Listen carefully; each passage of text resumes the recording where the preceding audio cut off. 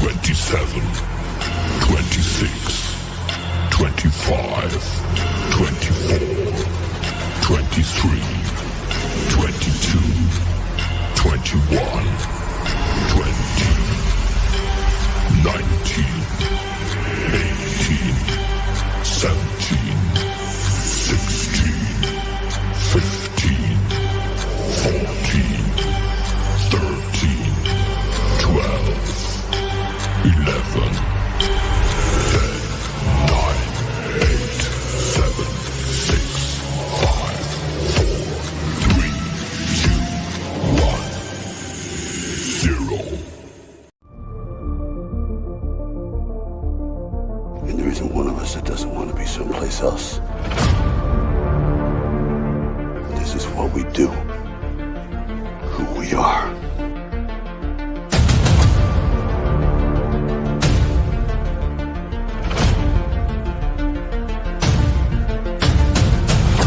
Survive a war. You gotta become war.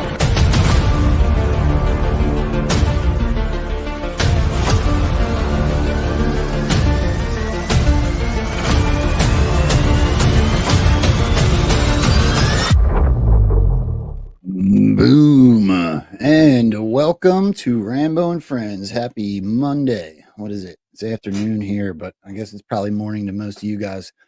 For everybody watching the replay, happy afternoon, happy evening. Welcome to Rambo and Frens. Look, it's been a long while since I got to hang out with these two. I'm always super excited about it, and the show has grown tremendously since the last time they were on. So I'm hoping to introduce two of the most brilliant people I know, to be completely honest with you. They are a little bit outside the box as far as some of the movement is concerned, and that's why I always name this show Protect Your Mind and Control Your Emotions, because these guys will hurt feelings, right? But understand that this is an exchange of thoughts amongst friends. I love them. I hope you guys too. With that being said, let's bring on the men of the hour. I wouldn't miss a chance to talk to my friends. These are my friends.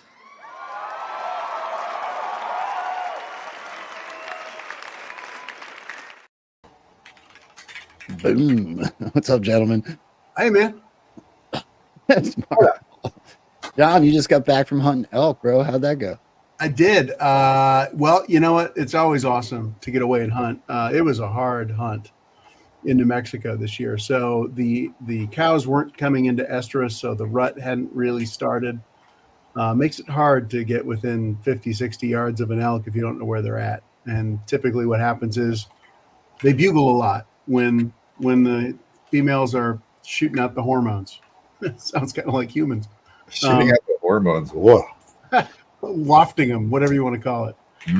But yeah, it was hard. It was hard to find out where they're at. And yeah, but it's still awesome. Beautiful sunsets, beautiful sunrises. Where'd you go? New Mexico. If anybody in the chat hunt elk, archery hunt elk, specifically in New Mexico, post it if you would. Elk silent. Yeah, exactly. That was awesome. Fun. Yeah, so it was a real challenge. But it's always awesome just to get away and decompress. I didn't look at headlines, hardly checked email. So nice unplug. Is the world different now that you're back? No, man, it's all the same. Nothing's changed.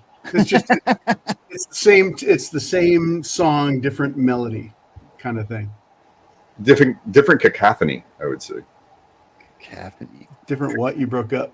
Cacophony. That's me. Oh. And maybe it's a vocabulary word nobody knows. Define cacophony, Sapioplex. Basically total discord. Like if you go into a crowd of people yelling, that's a cacophony. Oh man. Well, how you been, Paul? Pretty exhausted all the time, sleeping in the day, not being able to sleep, feeling like crap, and then I wake up. I don't know what's going on. I'm like I could hear. I'm free. I'm gonna go back. Yeah, do that. You're good. You're good. Back out. Come back in. Paul, yeah. So we were talking about this a little before the show. My house is sick. I don't know if that's real sick. I don't know if it's. Certainly don't think it's COVID because I don't. Well, Sorry to hurt anybody's feelings, but my personal opinion is that was a psyop on top of a psyop. But we were definitely sick. I threw up. Can you hear us now, John? Yeah. Videos or it didn't happen. What's that? Video or it didn't happen. COVID? No, the throwing up. Yeah. I just want you to put a video of you throwing up. No, Sorry. I had to clean it. I got in trouble because Kim went away. They went to a family weekend in West Virginia. And one of the times I got sick, apparently I got some on the shower curtain and I didn't realize it. Like I would have done that on purpose. I was sick back in bed. Yeah, I cleaned it. I cleaned it now, but I got in trouble. Do you have cats? We have cats. There's cat barf everywhere. What the hell? Yeah, we don't have cats. I don't know what you're talking about. That's weird. We have dogs. We have One dogs. reason among 1,000 why I don't have a cat. But I have a girlfriend. She had cats. Wait, have you guys seen the Eating the Cat song? Which one? There's a million of them. It's Enoch. actually, I got so tired of it that I posted the hide your wife, hide your kids video. They're raping everybody. Antoine Dodson, yeah. Yes. You are so dumb. Hide your kids, hide your wives, and hide your husbands because they're raping everybody out here. Yeah. That's a funny callback. Well, something happened yesterday. I don't think either one of you saw. At least I know Paul didn't. I'd love to start with this because I want to get your guys' reaction, especially if it's raw. Right. So check this out. Jennifer Flynn, you ready? Did you see this yet, John? No, I was thinking you were going to play that little bit in American Psycho where the ATM tells him to feed me a stray cat, but no. The Eating the Cat song though. What's up, Mark Vegas? 8-track in the house. 8-track, famous 8-track now that he stood behind Donald Trump and held up Badlands and Enoch and Storming Patriot Joe's. You guys saw that? John, did you see that? You guys, either one of you saw that? Dude, let me take this down for a second. I've been totally off the grid for. Dude, 8-track literally got just over Donald Trump's shoulder in the background at the Vegas. Yeah, I saw that. I didn't watch every clip of it, but I saw some of them. He was holding up people's icons and shit. So John was texting him. So at first, when he held up with his phone, he held up was the Badlands logo. And then I don't know how the communications went, but eventually he held up Enoch's, which was bright orange Hubert, right? So it's like, you can see 8-track was like, I'm gonna try not to get seen. Like they didn't just see you hold up Hubert, right? And then I'm pretty sure he did Stormy Patriot Joe's logo too. So it was knew really a guy cool. in Austin named Hubert. His nickname was Hubert, but he was like a human rectangle. He was a big. Dude, Enoch's got the best. Hubert's the best one out there, in my opinion. Yeah, and he's going to be on Eye of the Storm here shortly, so I'm pretty stoked about that as well. To be able to see somebody like Enoch get the praise he deserves and go on Eye of the Storm is really cool. But okay, so back to this, especially since you guys haven't heard it, I want to get some raw reactions to this. Check out what Jennifer Flynn said yesterday. We are in a period where we're going to see such a level of desperation in these next 37 days, and I want people to understand that what you think you have been through already, the last 8 years, what we are about to experience in these next couple of weeks, this next month plus, I think that it's going to blow the minds of people. I mean, I think we're going to see some things that we have not experienced as a nation. And as you said earlier, I actually feel very blessed to be alive right now because, I have studied our country. I have studied our founders. I've studied the wars that we have been in. And I look at things and I say, God, we're in the lead here. We have the momentum on our side. We have the mass of people on our side. We have the majority on our side. All we have to do is make the decision to get out of the bleachers, get onto the field, folks, and leave it all on the field in these next 37 days. Do not leave yourself with any excuses on the 6th of November by saying, well, I woulda, shoulda, coulda done something else. You do it now and do it for the next 37 days as hard as you can. That's why I'm out here in studio with Alex, because I'm traveling again around this country, basically with the same message to get people fired up, to get people inspired, to give people hope, and to make sure that the American people understand that we are in a war right now. This is a, intellectual, physical, emotional, and definitely a spiritual war. And I appreciate the fact that you, Alex, always bring the idea of faith back into this, because I think that people have to have faith in each other. We are facing a dark, soulless group of people, Marxists, that have no soul.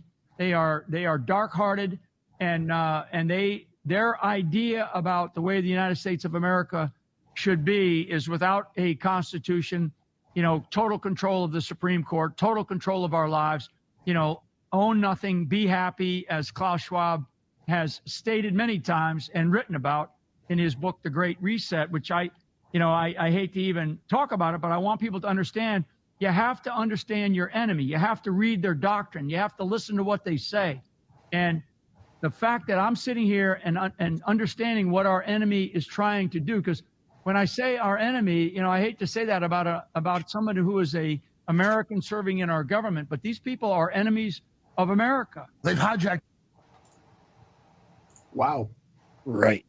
The most important thing about that clip I can see is that he was on Alex Jones, which has an amazingly large reach.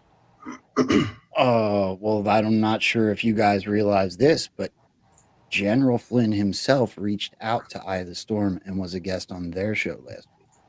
Yeah, so they're putting this message out in a huge way. So they're getting everybody amped up for the next month. The Red October. Yeah, like everybody has personal feelings about different shows and hosts and their backgrounds. Look, we've all turned into diggers at this point. And I don't get the most positive vibes when I see somebody go on Alex Jones. It's not a show that I go to personally, right? I don't knock anybody that does. The Drop said certain things, and I've seen certain things that just kind of throw me off. So it's not really one of my go-to shows. So to see him on there, gives me pause a little bit because of some of that. However, I'm also very well aware that it's about numbers and reaching. And also, like right in the middle of what he's saying, they show essentially missile command. Yeah. With the world going up in radioactive flames. I mean, was that Russia or was that association there? Was that Russia or was that Ukraine? I honestly, I saw it briefly. I wasn't watching that either. I'm pretty sure. I think it was Russia. Yeah. Huh. But I mean, at that point, when you're dropping that many nukes, does it matter? Because the fallout is going to circle the globe. Well, Yeah. and it's interesting as we go right into what the Drops reference so much in Red October, Hunt for Red October, Hunters Become the Hunted. I mean, there's a Delta today that's literally signed to Q+. And for anybody that buys into the whole Q narrative, as I absolutely do, you kind of can't convince me otherwise at this point. That is signed by Donald Trump himself. So Q+ is Donald Trump. It literally says Red October, watch. I should pull it up, but everybody says Q plus means Q plus the president, but I've never seen any logical explanation for why that is. It was just one day everybody started saying that. Does anybody have anything that actually justifies that, or is it just something people have assumed? Have you ever read all the posts that are signed Q+?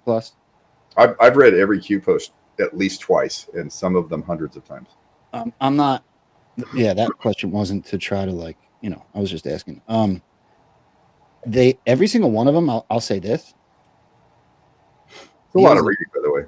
It feels like a Donald Trump tweet. Every single one of them. Well, yeah, but watch out for feelings. I understand that. Well, you know what? I just went to QAG, and if anybody listening, if you guys haven't ever been to QAG.news, that is the best Q aggregator. You know how many drops there are with Q+? 45. Okay, well, never mind then. That's funny. There you go. Here's the one I'm talking about. This is today's Delta, 9/30/2018, Red October. Stay tuned and watch Q+. Yeah, just the 45 alone is probably enough of a pointer to say, "Hey, that's probably Trump." Let's talk bird language. I'm trying to remember. Wasn't there one where it was signed 41020 Q+? Maybe not. Yeah, there is a 41020 for sure. 420 is a code for DJT. There it is. I'm 5x5 in the chat. Said exactly that. I'm 55. I don't know if that's 55 or 5x5, but Oh, I was thinking that was an L. LM. I'm like, what's that? But I'm 55 makes way more sense. so that that Flynn comment. I want to show one more thing here before I want to ask you guys about your banking stuff, but Patel Patriot actually posted this. I saw when it happened, but I was working, so I can't catch them all, right? But this clip of Donald Trump super interesting in my opinion. I mean, listen very closely to what Donald Trump says here. Since she took office and are slated to be increased this year by more than 30%. Congratulations. You know, if and when we win, everyone says, sir, say, if they didn't cheat, I wouldn't even be here today. You know why? I wouldn't have to campaign. I'm here only because they cheat, and they cheat in this state, especially in Philadelphia. And I mentioned a couple of the areas, but for the most part, but Philadelphia is out of control. Detroit is out of control.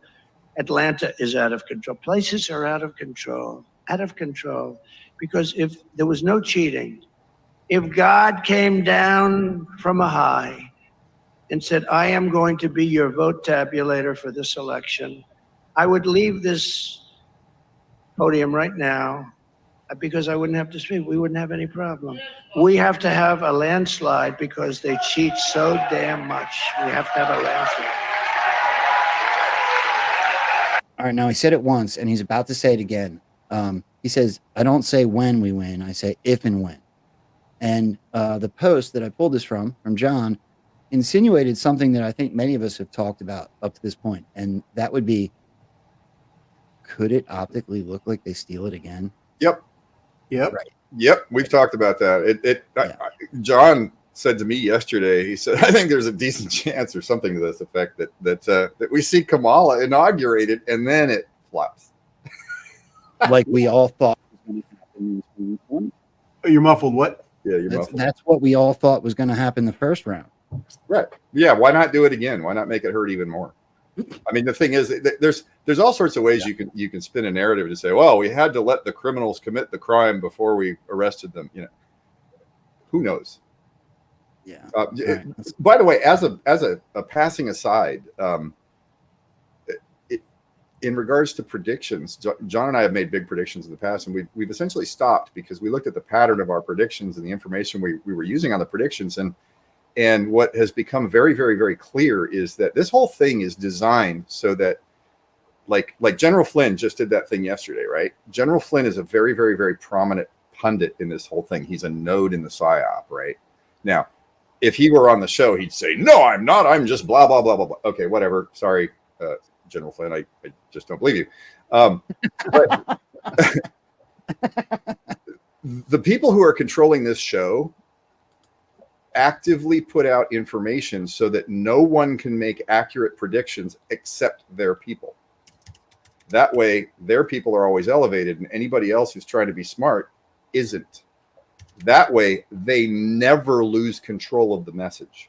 There's been some big predictions that were, look, you guys go really far out there on a limb, and I think that your logic is solid in some of your predictions, but you predicted alien invasion, guys. Yep. Yeah, We've reversed on that, although we don't know. Look, it could still happen. I'm not saying that it's not. Look, we know about Project Bluebeam, and I thought your guys' prediction was sound. I mean, logically, it made perfect sense. That's why I was more than happy to do it with you. I still don't think that you're nuts. But what I'm saying is, if you read the drops and watch the news cycle, in which case you're playing with the cartoon narrative. Right. It's possible to predict the cartoon narrative the way I it's would going. say I would say only if you're lucky. I've watched Stormy Patriot Joe do it multiple times. I've done it multiple times myself.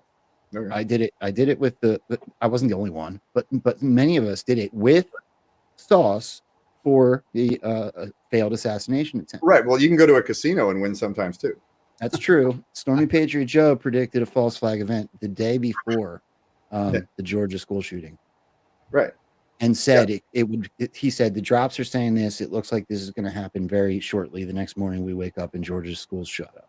Yeah, I mean, you can also walk into a room with 100 people in it. I think if you predict, oh, someone in this room has a birthday, it's like 99.7% chance that there is a birthday in that room. So is that a valid prediction? Like, what are the odds that you lose? Okay, so the point I'm trying to make is that there are a whole bunch of influencers in the information space. You know, Fox News is one of them, MSNBC, and then you've got Elon Musk and Donald Trump and all these big characters. And you'll notice that most of the population, like most of the people you know, are wrong about almost everything. And they may have made some right predictions. John and I have made right predictions too. But the big predictions we've made, like, for example, with our alien prediction, there was an enormous flurry of hype around the eclipse. Yeah, the eclipse. There's all sorts of cities named along that pathway that were named in the 1800s. Nineveh. That can't be accidental. Like, the odds of it being accidental are unbelievably low, right? And so we had all these data points to say something's been planned for this, right? And then on the day of the eclipse, absolutely nothing happened. No, we live streamed with Joe for like 4 It hours. was a great show. It was a great show. But here's my counter to that. How many times have we seen the Psyops seems to be the buildup? 2020, Y2K, all the systems are going to go down, right? What was it? 2012, when Denver Airport, right? The Denver Airport. All these things. It seems to be the hype. There's been other ones, where something's going to happen tomorrow. Nothing. Right. It's the but hype.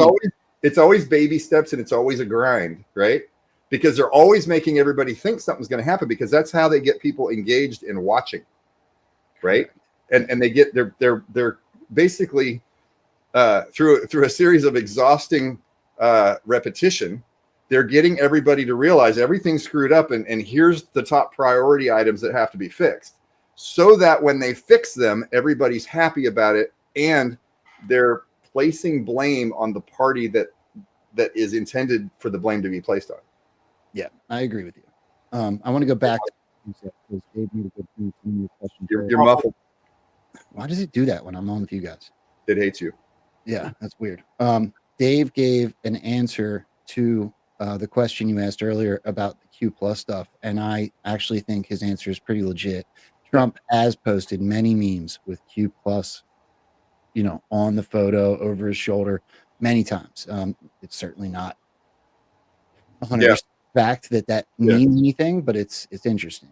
Yeah. I mean, I was hoping for some logical progression where somebody said this was posted, this was posted, this was posted, therefore this has to be Q plus.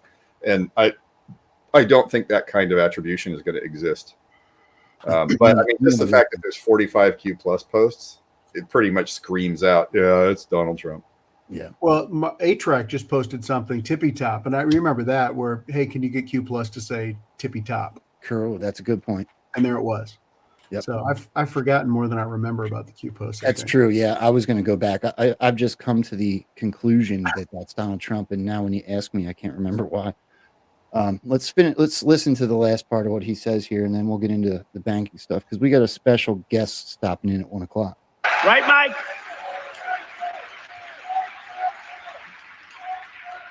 So I never say when I win. We're leading in all the polls. We're leading the state, but I say if and when, because I don't want to be obnoxious, and I don't want to be foolish either. But if and when we're leading big, I win. I will cut. Too big to rig. You're right. We want to make it too big to rig. That's a con, in my opinion. I think it's got to be something where what he's talking about is he's saying if and when. Look at the gestures again. I got to turn those stupid things off. Okay. Sorry. There we go. I think what he's saying, though, he can't come out and say when we win, right? Because it can't seem like he's certain of it. I don't know.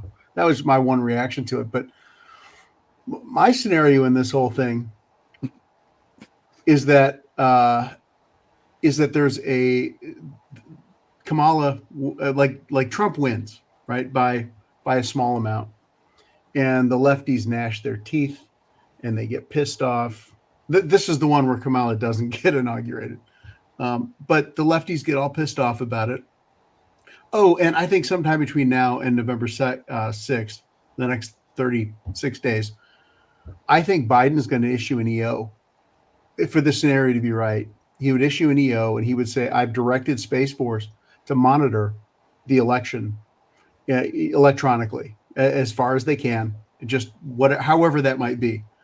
So Trump is declared the winner like the night before, or appears as though he's won. And then the next day, Biden has a press conference, joint press conference with the Space Force guys. And they say, we've detected massive fraud, massive interference, let's say. We can't even reconstruct it. It's so systemic. And then Biden says, okay, well, obviously we're not every district and precinct and everything is ready and has the ability to run another election in the near future. So I have directed the military. It's their baby. And the military says, or Space Force, whoever it is, but they'll say one day in person voter ID, and they'll administer every single precinct. And the numbers that come in, Trump will win by a fucking landslide. Huge. Well, I wasn't going to do this yet. Go ahead, Paul. You got something? Yeah, just as a reminder, this is like one of, I don't know, 8 or 10 scenarios John and I have come up with. And like a couple days ago, I came up with a crushing scenario that we shouldn't even get into. That is another possibility. The thing is, we're exploring all possibilities instead of just what people think. You know, people have this tendency to say, "Oh, they wouldn't do that," but those same people can't even say who they are. So how do you know what they wouldn't do? I mean, we look at it like, okay, everything's on the table. What causes the least bloodshed? Yeah. Scenarios. Yeah, because no bloodshed is not even an option. And I think it's been proven to us time and time again. It's one of the biggest reasons normal people can't comprehend the fact that we, in my opinion, are watching a controlled presentation of very real events to wake us up. Yeah, I mean, and going back over the last couple hundred years, John and I have very logical, reasoned explanations for World War I, World War II, Vietnam, Korea, Afghanistan, and all of the losses as acceptable losses. And you look at it in that reasoned environment and you say, yeah, I'd probably do the same thing. If you can detach emotionally. If you can't, Exactly. you go into the comments and you say, you guys are delusional and you couldn't be right. Yeah, we get that all the time. It's easy to say someone's delusional when you don't know what they know. Right. So I wasn't going to do this yet because I was going to change gears, but it fits right in, especially after what you just said, JFanon. So while you were away for 2 weeks, you did miss about 17 rallies. He's actually coming on here shortly after this show today, so I'll be clipping that one up as well. But listen to this comment, because after what you said, it made me remember this. I was told if I got 63 million votes, which is what we got in 2016, we got millions and millions more votes, more than anybody's ever gotten, more votes than any sitting president has ever gotten. And just by a little bit. No, we got to make sure there's no cheating, and we're working hard on that. We got more lawyers. We got more people watching. And I told them, if we win and when we win, we're going to prosecute people that cheat on this election. Now, hold on. He just did it again. If we win, when we win. Yeah. Okay. Yeah, yeah. And if we can, we'll go back to the last one, too, if we're allowed. But we're going to prosecute people, so at least they know that's going to happen. And I said that because we have to have strong borders. You need two things, strong borders and fair elections. And did you hear him say we'll go back to the last one as well? Yeah. Hold on. Listen to this again. I interrupted you at the time. for watching. And I told them, if we win and when we win, we're going to prosecute people that cheat on this election. And if we can, we'll go back to the last one, too, If we if can. we're allowed. But we're going to prosecute people, so at least they know that's going to happen. And I said that because we have to have strong borders. You need two things: strong borders and fair elections. That's a pretty bold statement. Yes, and if we can, one of the things about like the 2020 election is that most states have the time frame where they have to keep their ballots, the paper ballots. And I mean, I think it's so fucked as to be almost impossible to go back. F-bomb. What? First F-bomb. No, this is the second one. Oh. I said Trump's going to win by an effing landslide. So that's two. I did. I'm sorry. We don't have a dislike yet. No thumbs down. That's good. Now some smart ass is going to do it. I keep struggling with this idea that Trump is going to win on election day, because we as Anons have all experienced the frustration, the pain, and just we're seeing the bullshit for what it is. But you got to remember, the mass of people out there hasn't yet, may not be totally aware of it. And like, I know MAGA voters who don't know Q, and they still watch Fox News and they still do all that stuff. I don't know that they feel the gravity of what this cartoon narrative is trying to show. I mean, John Kerry, for God's sake, John Kerry was on something yesterday or 2 days ago at World Economic Forum and said, yeah, the First Amendment is an obstacle, really an obstacle. It's really hard to govern because people are going and they're choosing where to get their news. Like, that should really ring with all these normies, because I think that's who the comment's for. But I don't know that they're seeing it. So are we going to have to live through more bullshit? Maybe there hasn't been enough pain. I don't want that.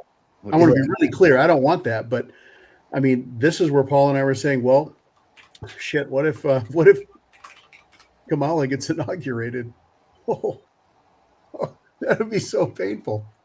What if Biden gets inaugurated and he didn't even run? Nah, that gets into the absurd. But the point is, people that should be asking themselves, well, I don't know if most people should do this, but if you're really trying to figure out what's going on, ask yourself, what is the point? What is the actual point of this? If what we're seeing is essentially a show, why would the people who are putting on the show put on the show? Where are they steering us? Can I answer that? Sure. Mm-hmm. I've come up with this recently. And it's not that I just came up with it, but I think I was able to put it into words for the first time. But it seems to me that if you consider Donald Trump's first inauguration, the key part I want to point out is when he talked about taking the power from DC and giving it back to we the people. And I've considered this for the whole time I've been doing this podcasting and digging and following so many amazing patriots and anons. If the American public isn't willing to take responsibility for their government, then who are you giving it to? Right? A very small percentage of extremists. So what I think is happening right now is not necessarily that we need to wake up the whole left. I think more of the what's happening right now is waking up the whole country, no matter what your belief system is. They're showing the extreme absurdities, and I would even argue not just on the left. Oh, definitely on the right too. I mean, there's a lot of stuff you see out there that if you can detach your emotions, you see, Florida man misbehaving in large ways. Right, Project 2025. I'm in Florida too, so don't think I'm hating on Florida people. You are Florida man. I am. But even Project 2025 showed some very extreme things that conservatives had to really detach from, because Trump told you that's not my plan. They're trying to use it against us. Well, we've gotten to see extreme on all sides, which I found hysterical that one of the founding members of the Heritage, did you guys see that? Yeah. I don't think he necessarily wrote Project 2025. I think we know a lot of the people that did, but the chess move of a founding member of the Heritage Fund endorsing Kamala Harris was more than interesting. But what I'm getting at is they are just trying to make the silent majority active. Look, we've listened to Donald Trump talk about Christians don't typically vote. Gun owners don't typically vote. They're just trying to wake everyone up and take responsibility for the government that is being given back to them. Well, and also, let me point something out. Also, Christians don't normally vote and gun owners don't normally vote. How do you know? It's what we were told. Right. Exactly. You don't know how many people vote. When they say, oh, I got 63 million votes. Did he? I mean, now, don't hate on me for saying this, but unless you're counting the votes and you saw everybody place their ballots in the boxes, so you know that the pieces of paper only came out of those boxes. I mean, it is incredible how little people actually know. They're all running around and repeating stuff that they were told.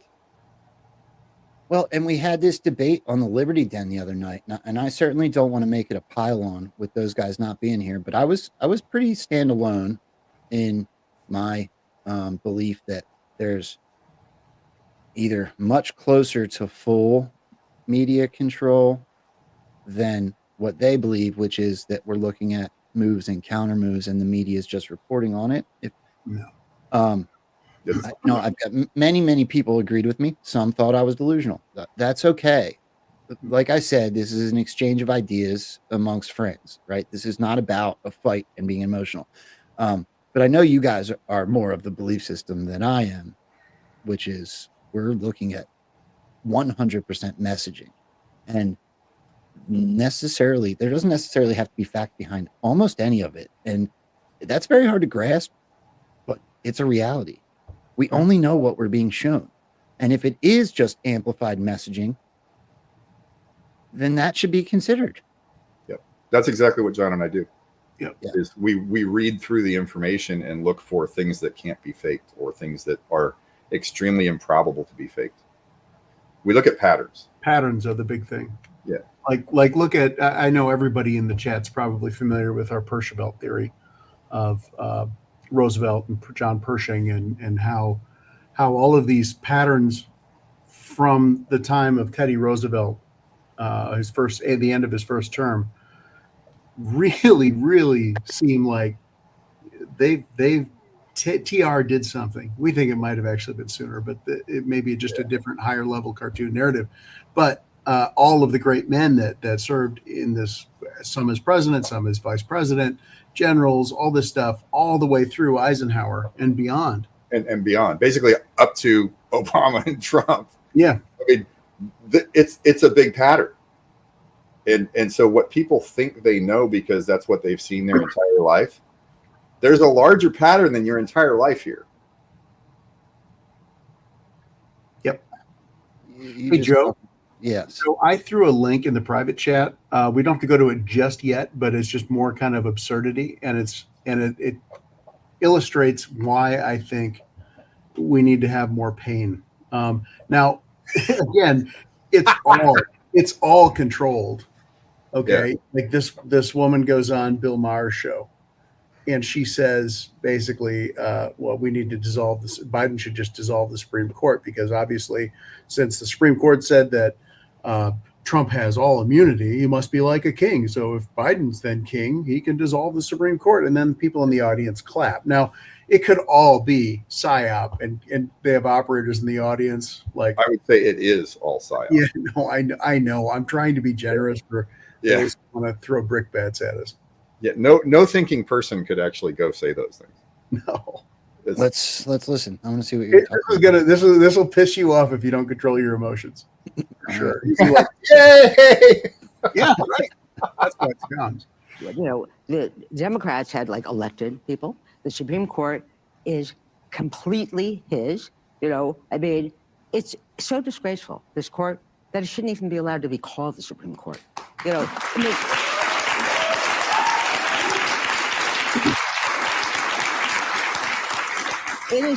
it's an insult to Motown to call it the Supreme Court.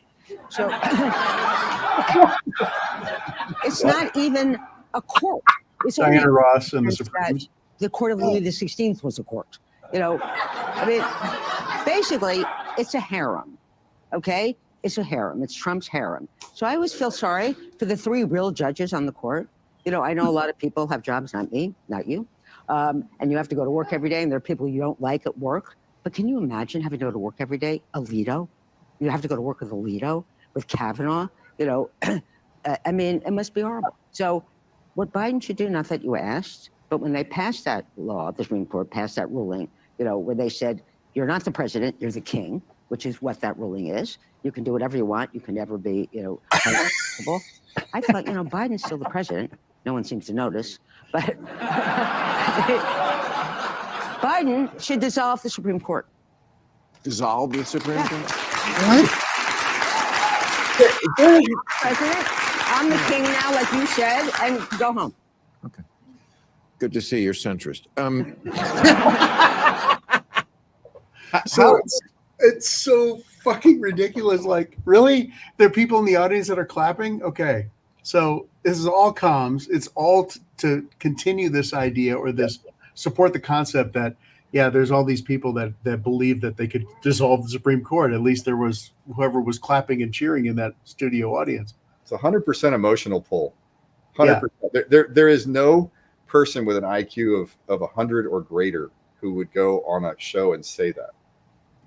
I would even argue that it's completely absurd. Even if I was liberal leaning, left leaning, I would still see the absurdity because that's why it's there. Didn't the court lean the other way for how long? So what would it have been like to be? That's it. It's there to piss people off, to say, I can't believe these assholes think these things. And that way you're more likely to fight what you believe or fight for what you believe. Yeah. Right. Because you see that this is what I was talking about. The people don't know things, right? You're looking through a straw at reality. Okay. And the people in control of this narrative are putting things in front of you to make you believe that the entire world is different than it is. And they're pissing you off so that you will fight for what you believe in. And the average person actually agrees with almost everything with every other average person. But what you're seeing in the information space is that there's all these wackos who read porn to kids in libraries and like this. Is this stuff actually real? Do you think that person on Bill Maher actually believes those things? I got a bridge to tell you. I'm now picturing her reading porn to children. Well, we all have our faults. Now imagine her naked. Oh, now imagine the smell. Hey, I'm gonna put this out there, Dave. You say the word anytime the door is open, buddy. Yeah, absolutely. Yeah, have you guys met him yet? No, I watched the show, one of the shows when you guys were on, but never met him. I like how his brain works. Yeah, there's a handful of people that I talk to through text message. You guys, Dave is quickly turning into one of them. Every day we end up communicating. Which absolutely news treason right here. Oh, yeah. I'm not familiar with Dave. Dude, Hi, Dave. I'll have to introduce you at some point, but hey, let me that year, man. I'm sorry, Dave. A lot of his fan base came over here and hung out, and a lot of them stayed. Obviously, they're still watching Dave, but they came over here, and I'm super grateful for that. And I'm seeing there's a bunch of people in here today. So I don't know if you guys are aware, but out of the last 6 shows, Rambo and Frens hit the leaderboard on Rumble 5 out of 6 times, and that's because of the super loyal fans that came over from Eye of the Storm and probably from stopping in at the Liberty Den, and absolutely 100% because of Dave's crew. And they put Dave on the leaderboard every time he does a show, and they've put us on the leaderboard 5 out of the last 6 times. And I know it's not about being the best show on the internet, but that brings a lot more eyes to the conversation. And for that, I cannot be grateful. Like, I cannot even verbalize how grateful I am.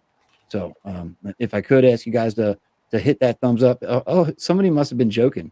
They hit the thumbs down and they took it back. Yeah, Buggy's number 2. I predict that. There's one prediction I've been right on. That's the only one. Everything else we've been right. Well, you could pretty much count on society being depressing, but you know. Yep. See, look, this. Look how many. Wow. I'm super grateful for that crew and for the opportunity. Look, Dave, you guys all have contributed to this show. Sorry, I don't need to make this a I'm in love with Dave thing right now, but it's the truth. His crew is super loyal, and they came and they loved the interaction that me and Dave had, and we get along great. And I'm super grateful that they choose to come over here as well. So anyway, what time is it? We do have a special guest coming up here soon. Maybe what we'll do is let's just show some. What's that? I got something. Remember those pictures I showed you before? Yes. Yeah. Bring it up. All right. So for those of you guys that don't know, so my daughter is a freshman at Colgate, and Puggy, you had asked earlier, how's she doing? She's doing great. She's really enjoying her classes. Sorry. I like girls Rambo.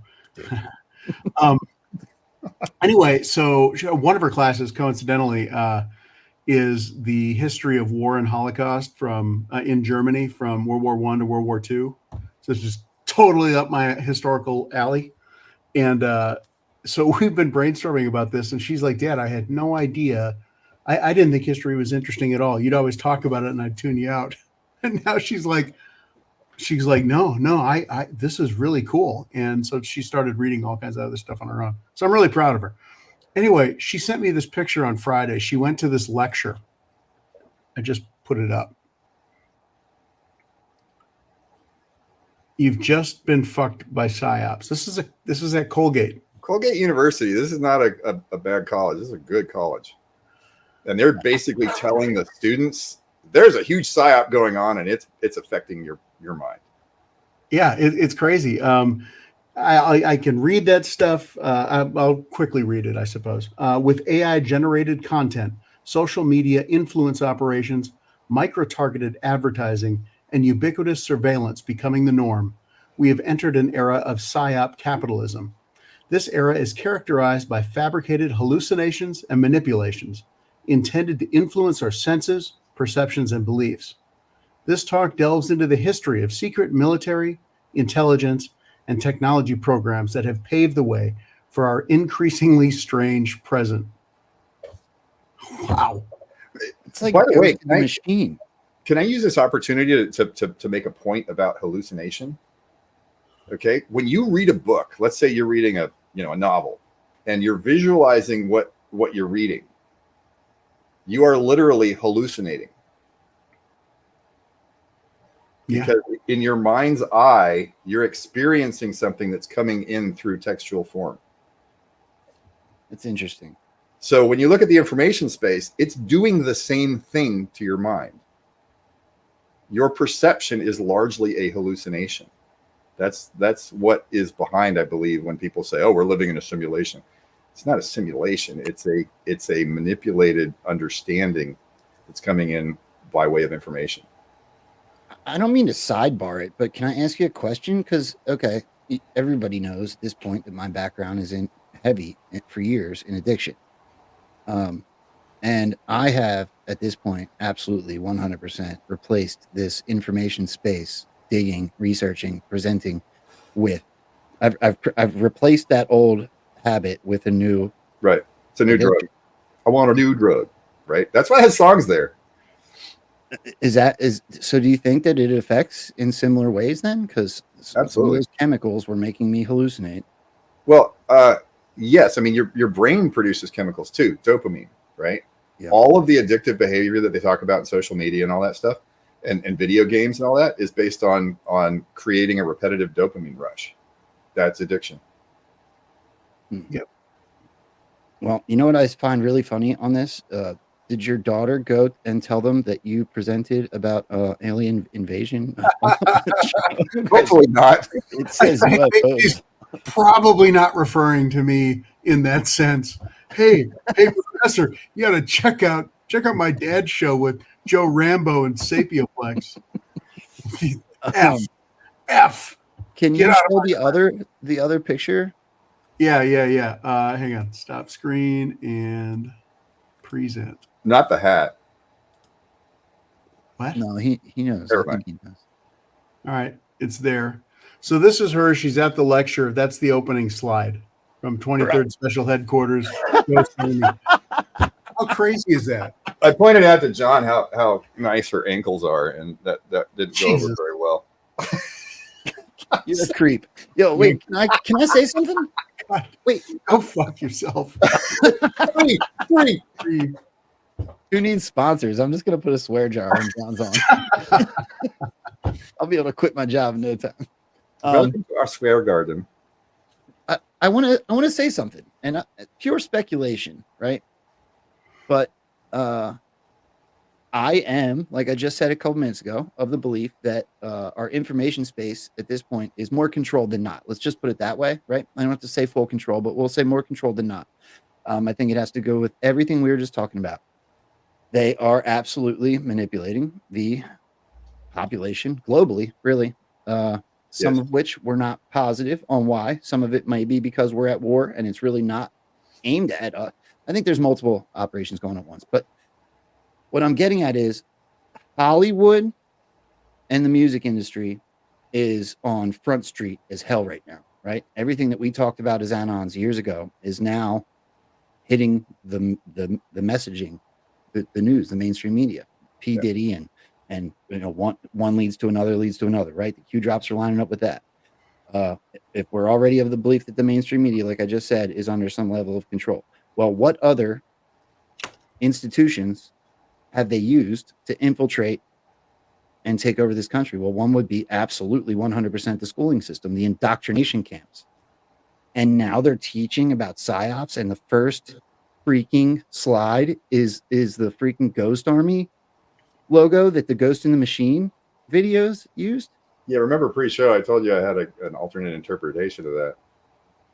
This is Go ahead. really so some of the viewers might not know about the language of the birds or the green language or the language. They're all the same thing. This is the practice of embedding hidden messages in information. So for example, the story of 2001 gets into the power structure of how things actually happened, we think, over the last couple hundred years. And if you can read through the story, you can derive who the factions are and what they were trying to do.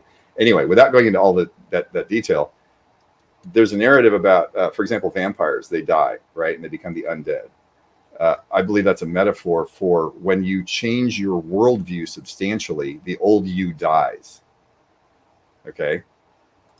So when it comes to the Ghost Army, I think an alternate view, a metaphorical view of the Ghost Army is this whole process we're going through right now is waking everybody up, and their old selves are dying, and they are becoming an army of ghosts who are fighting for the new version of what we're going into. We are the Ghost Army. We are the plan. Yes. Yep. 4chan, 8chan, 4th psyop, 8th psyop. There's no coincidences. Yeah. Yep. And it's done digitally. That's why the little lightning bolts are there. I was trying to read what Dave said. What did he say? Remember, Trump came out and said he's going to give free online college to everyone, and that he was going to use money from the endowments of the other institutions to pay for it without taxes. EO 13848, human trafficking and corruption, seize the assets. That's going to lead right into what you guys wanted to talk about with banking system. And our special guest, our surprise guest, is going to stop in any second here. Do you want to start on that until he stops in?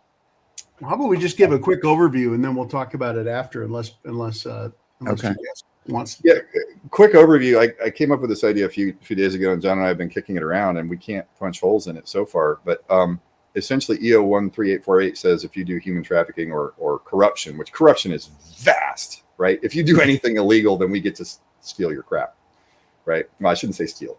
The government can just take your stuff, right? Well, how many of the banks are involved in that? All of them, right? So what happens if the government seizes all the banks? Well, the Treasury creates money, right? The Federal Reserve, everybody knows about the Federal Reserve. It's bullshit. Fractional reserve banking is bullshit. So why not just have the government lend money and the interest on loans pays for the government? Everybody wins. Everybody has a benefit from that. And taxes vanish. Here's the thing that most people, I think, are going to have the might be their obstacle to that. Like the government, though, they suck. They suck at everything they've ever done. Not as bad as corporations. Well, yeah, except I would also say that you've got so much corruption in the government, and if because of corporations. Yeah. So without getting into all the tactical details about how this could happen, just think about it from a super high level and say, you know what, that might actually work. You could still have private banks. Private banks would be the higher percentage point, higher interest rate loans.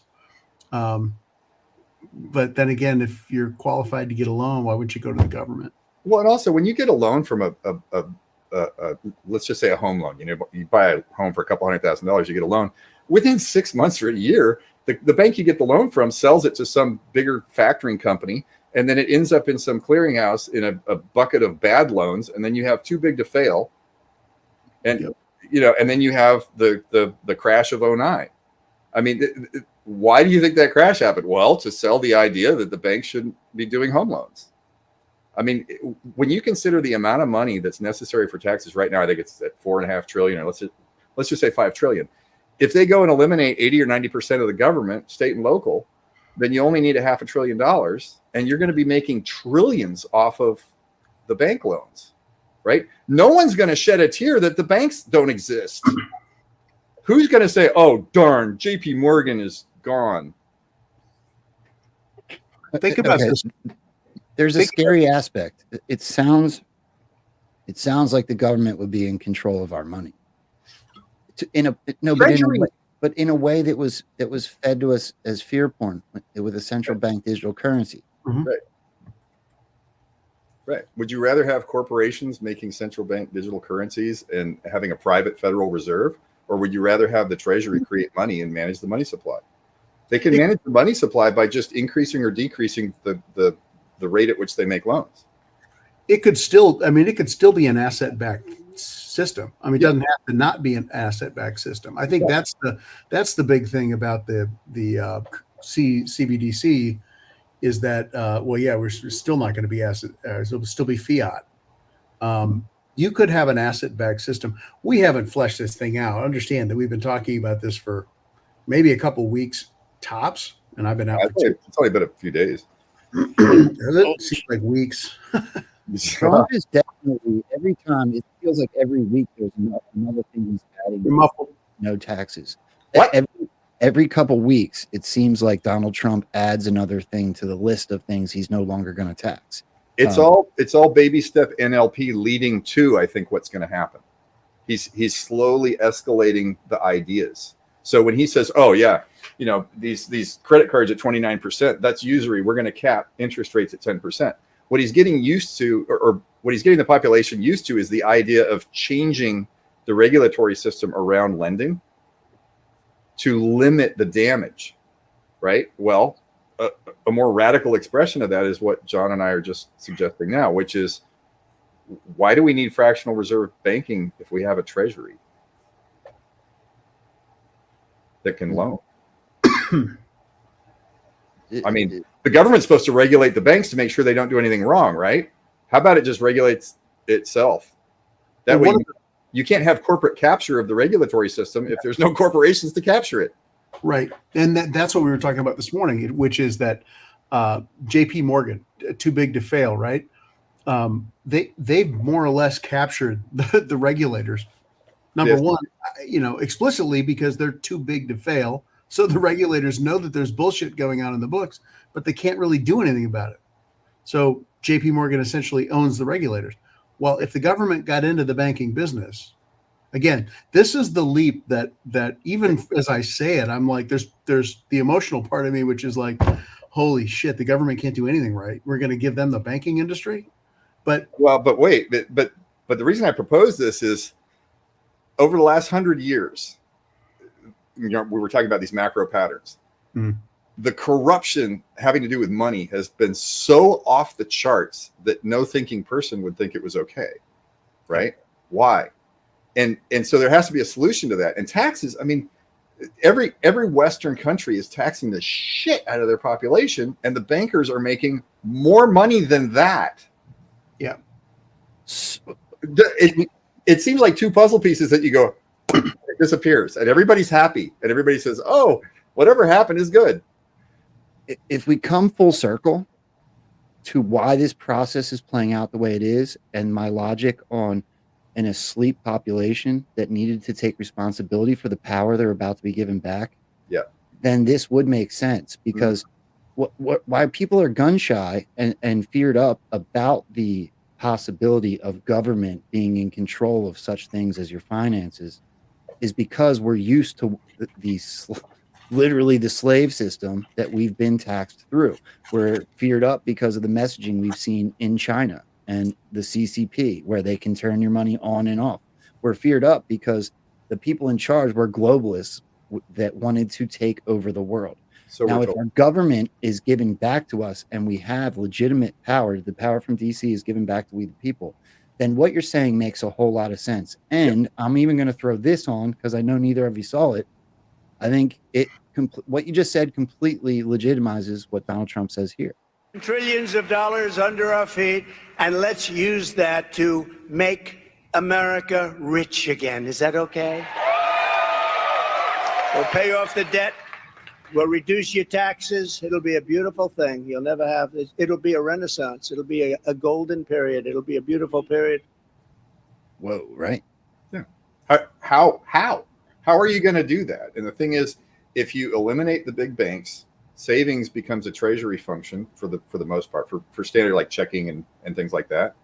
And then you have private investors would be forced out of the loan market and into the investment market, meaning they have to have skin in the game. So instead of loaning some entrepreneur money, they actually become a partner, and they can just lose the money if the venture doesn't work. Then all of a sudden the lenders get real interested in the success of the organization.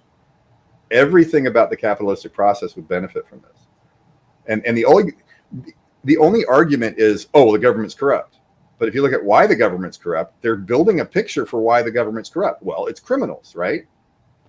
If you get rid of the crime, then the government isn't corrupt, because by definition, corruption is crime. And what's really going on now anyway? The federal government still has the power to control our money. Everything's federally insured. I would argue that it's absurd that anyone but the Treasury can create money. And that's what the fractional reserve system does. If you have $1 million, you can lend out 10 million in money, right? That is real. And so they've tightened it up somewhat, but it's still, the principle is still the same. Yeah. I mean, so why not have the Treasury create that money? I mean, all the banks are doing is moving numbers around in databases. There's no work product. You know, the guy who flips burgers at Wendy's has more productivity in his job than a bank does. Now, the bankers would all argue and say, you don't understand finance. And I would say, that's only because your job depends on you saying that. If you want to talk about a non-work product industry that is really large and super, super under the radar, reinsurance. Reinsurance. It's insurance companies taking out, it's a contract that insurance companies buy insurance to protect the insurance companies from massive losses from things like hurricanes and major disasters, natural disasters. Yeah, in analysis, they call that lashing nodes of the industry together. So it's like a bunch of ships in the storm. If they're all afraid of sinking, they all tie their ships together, and that's what's been happening to banking for the last 50 years, especially in the last 10 years since 09 or 15 years. And so now the insurance companies are doing it because they're all afraid they're going to crash. Well, guess what? EO 13848 is going to find all of them complicit in corruption. Yeah, it's going to be interesting. What's the government going to do when they own all of those corporations? I think they're going to say, well, that was dumb. Let's not do that again. Let's just simplify this whole thing. And Elon Musk's going to go in, with his government efficiency thing and say, well, I think we should just have the government make loans and then we don't need the banks. That's so good. Do you guys so I know a guy that works for he runs boilers. So he has more use than a bank. Yeah, well, he works for this company, and they just recently changed their name to ReWorld, or EWORLD, ReWorld, and super woke company. So they have private groups, not private groups. They have groups of individuals where, like, there's a Black professionals group, there's a Latinx, there's one for women. Just did a Zoom call on menopause. And, that guy that I know that works there. I can't. Do they have a white group by any chance? No, but that guy that I'm talking about, Yeah. he is considering starting a white male Christian group just to see if it'll fly. They should have them all wear targets on their head. That is the best troll ever. Say no. I dare you. Right? Yeah. He should get them ball caps with a target on it. Yeah, and that person that I'm talking about, that guy I know, he was given a survey it was a anonymous required survey that person had to sign in with their employee number to do. Yeah, I'm not anonymous. And so, right, I'm sure the CIA could have seen his work, but that person I know, I thought he did a great job. He told the company that they were racist and that they were dividing up in groups, and it was reverse racism, and that it wasn't okay, and it made work uncomfortable. Literally, they did a Zoom call about menopause, and the company, look, you could be doing your job the whole time, and if they have one of these Zoom calls where they teach you Latin history or Black history or menopause, whatever, you can literally just stop doing your job and go sit in on the Zoom call and get paid for that. Sounds like a path to losing money. Lower productivity. Yeah. That person I'm talking about that I know, he said that they took their bonuses and the soda machine, and when this new company bought them out, and literally changed the name to ReWorld. Like, that person says that going to work feels like they're walking into the Matrix. Why are the prices going up? Wow. This is clown world. I mean, for anybody who was on the 4chan and 8chan boards where the Q stuff was happening, this is like with the little clown frog bouncing around with the hair. We're in it. It's just dumb. I can't see the name ReWorld without thinking of all the memes in 2020. And yeah, the Pepe memes. ReWorld. It's really funny. Yeah, that guy, I feel bad for him having to go in there all the time. You know, it just made me think, I miss Big Man Tyrone. Who's that?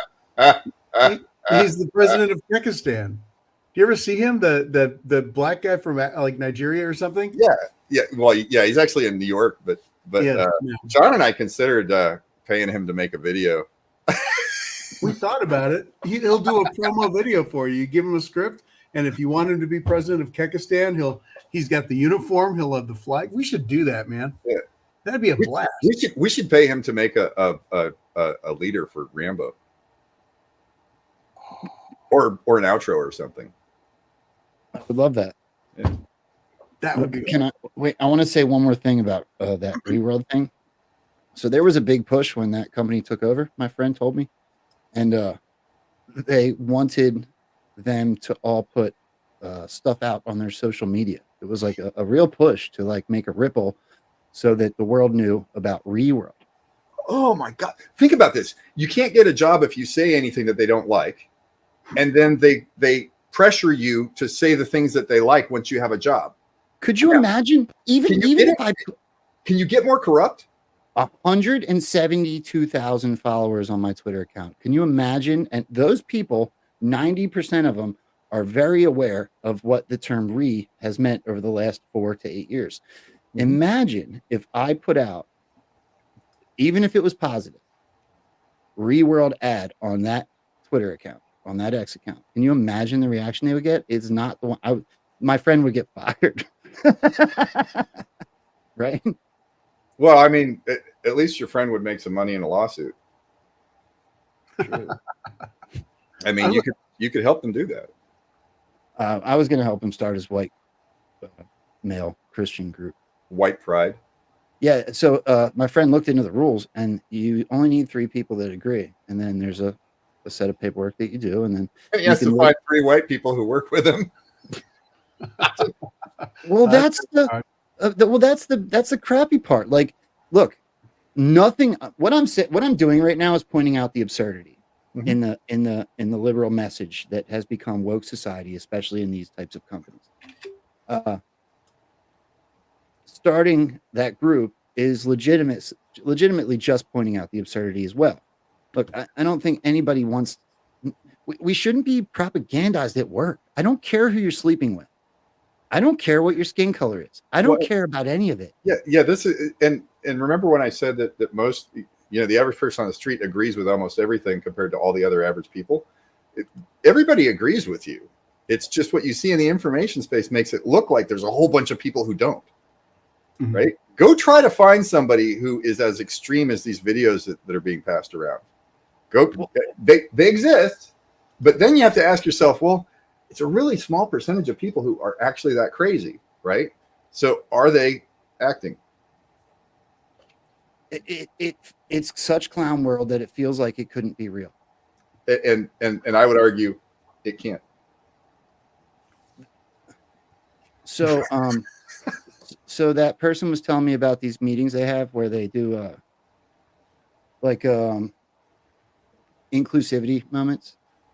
And the last topic he was telling me about is it was upper management trying to invoke emotion by pointing out that who's the female basketball player that's real good?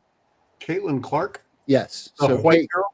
Yeah. So they were pointing out Caitlin Clark's salary for her rookie year versus the male rookie of the year salary in the NBA, and that women. Did you guys see the thing about females acting like trans people to get more attention on social media, and the trans people are really offended that they're identifying as trans? No shit, that's awesome. Did you see Donald Trump say that he's like, I don't really like LeBron James, but I'm gonna go to LeBron James and I'm gonna get 4 or 5 other players from the NBA and I'm gonna have them transition and I'm gonna quit playing politics. I'm gonna be a basketball coach and we're gonna have the greatest basketball team forever. Yeah.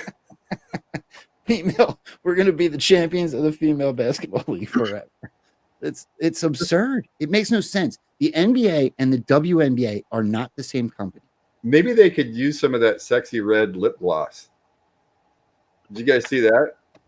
This is probably NSFW for this show, but I mean, if you want to look up some real absurdity, look up sexy red SEXX. Here, I'll put it in the chat. SEXXY REDD, I think. No. Why do you do this? Because you know I'm going to go there. Look, yeah, we don't like some of them. Some of the names of this lip gloss, like we just shouldn't even say, but like one of them is, God, what was it? Discharge yellow. I mean, it's just, you can't believe how awful. Gonorrhea. They've got coochie green, blue balls. Share this. Some of it you can't even say. I mean, maybe you can. I'm not gonna. I don't care. Wait a minute. I've got to find that. I got to go to their website. Not some. I'm gonna give everybody in the chat a little insight. There's 2 words I use that are politically incorrect, and they even offend some people on our side.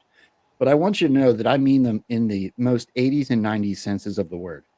The people that my friend works for seem completely fake and gay and completely retarded. None of this makes sense. Yeah. Well, that's what John and I have been saying for more than a year now is no normal person would push this stuff, and no person gets into a position of power to push this stuff without having a brain. And so something else is happening here. And so the sexy red lip gloss and actually Cardi B. I mean, if you remember during the 2020 election, Biden did very, very few interviews. It was like 2 or 3 interviews with anybody who could be considered media. And I think the only sit down in-person interview he did was with Cardi B. And she got famous within a couple months earlier for putting out the song Wet Ass Pussy. So not only is that completely true, yep. While wet ass P word was that's okay. That's okay. I just, some people, I personally like the word, but that's just me. Well, while that song was number 1, they also, if I remember correct, they also canceled the Christmas song. Yeah. Which one was it? Yeah, the one from the 40s that was all Baby, old. it's Cold cold outside. Yeah, yeah. It's Baby, cold outside. Now, there's no way that can actually happen in reality without something very powerful just forcing this information into your face. You're watching a movie. I don't want to read them all. Sex on my period. Gonorrhea. Wait, is this real? It's real. It's real. You can buy it. There's one called Nut.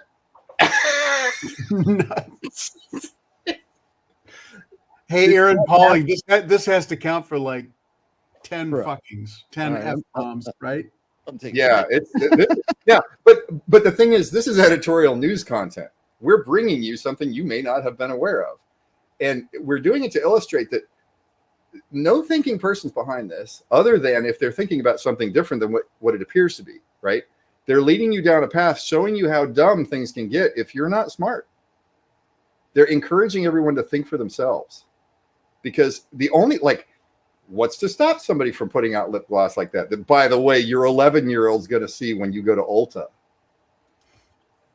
You know? People have to start fighting for what they think is appropriate instead of letting Sexy Red do it for you. I'll take a vote in the chat. I actually heard a comedian that compared the lyrics to Wet Ass P-Word to. Yeah, that's a great video. Yeah. Oh, yeah. Multiple times. I love it.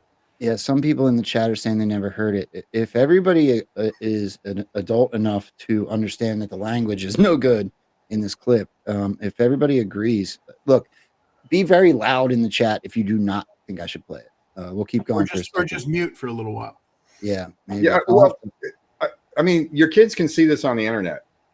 So unless you're watching what your kids are watching, that's a really good point. So if you're offended by seeing it here, you got problems. That's a really good point. I think everybody here is mature enough to say fake. They're going to be when it's over. Probably call their friends fags and stuff, because I do. Yeah, I'm gonna have to look it up. Keep talking for a minute. Boy, that escalated quickly. I did not think we would get here. Me either. All because we're waiting for our special guest hasn't been here yet. Oh, I was just going to ask you about the special guest. Fatso8 says, "Play it." Yeah, find it. Get on with it. Get on with it. All right, we may have to wear a hat. Aaron Pauling, you are exactly right, but I hate it when people use swear words incorrectly. What are you doing with the pickle halba? Well, if we're gonna play this this comedian's clip, I think it's appropriate. I actually can't find it, Paul. Can you see if you can find it? Yeah. Anybody know what the guy's name is? I don't. That's why I probably can't find it. It's cold outside. That's what I did. Really? We got Gilbert Godfrey. I don't see the guy that I'm looking for.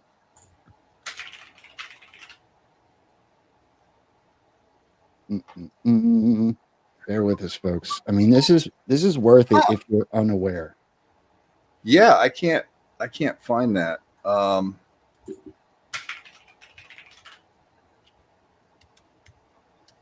Huh. It's interesting. Yeah, right? it was being passed around on Twitter and other social media. What are we looking for? I'm sorry, I haven't seen it, so I don't know. It's a comedian who I think he ends his routine by doing a comparison between the song "Honey, It's Cold Outside" and "Wet Ass Pussy," and he just does the lyrics back and forth to compare the verses, and it's absolutely hilarious because it's just flat out absurd.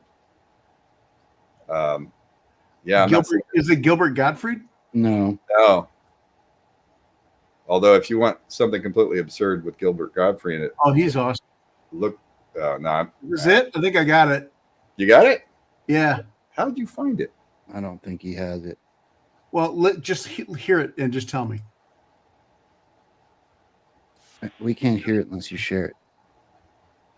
Well, of course, that makes sense. I'm sorry. I keep searching it and I can't find it. All right, here we go. Right. Okay. Get this straight. That might be him. Yep. That looks Yeah. good. Yep, that's it. Well, you guys got to have better game than this. You You're did on it. TikTok. I went to YouTube. Hey, we all help each other. We're three frogs. One that really killed me was last Christmas. We canceled a song that was written in the 1940s called Baby It's Cold Outside. People said that they were triggered, that the lyrics were rapey, and they had toxic masculinity. And that's fine if you feel that way, but radio stations across the country wouldn't play the song because people were outraged, which is fine if you feel that way. But at the exact same time, the number one song in this nation for over 2 months was Wet Ass Pussy. I am not making that up. You can look it up. Google it. So I want to wrap up my show by comparing and contrasting the lyrics of these two songs. If indeed this country has lost its fucking mind, shall we? Let's start with the horribly offensive Christmas song written just after World War II. I really can't stay, baby, it's cold outside. I gotta go away, baby, it's cold outside. This evening has been so very nice. Yeah, you fucking with some wet ass pussy. Bring a bucket and a mop for this wet ass pussy. Beat it up, N-word, extra large, extra hard. Put this pussy right in your face, swipe your nose like a credit card. That's absurd. My mother will start to worry. Beautiful, what's your hurry? My father will be pacing the floor. Listen to that fireplace roar. Well, maybe just half a drink more. Spit in my mouth. Look in my eyes. This pussy is wet. Come take a dive. Talk your shit, bite your lip, ask for a car while you ride that dick.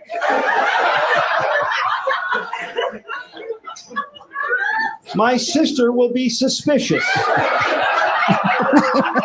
Gosh, your lips look delicious. My brother will be there at the door, waves on a tropical shore. Well, maybe just a cigarette more.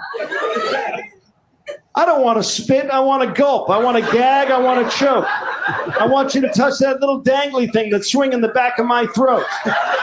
I submit to you, ladies and gentlemen, this country has lost its fucking mind.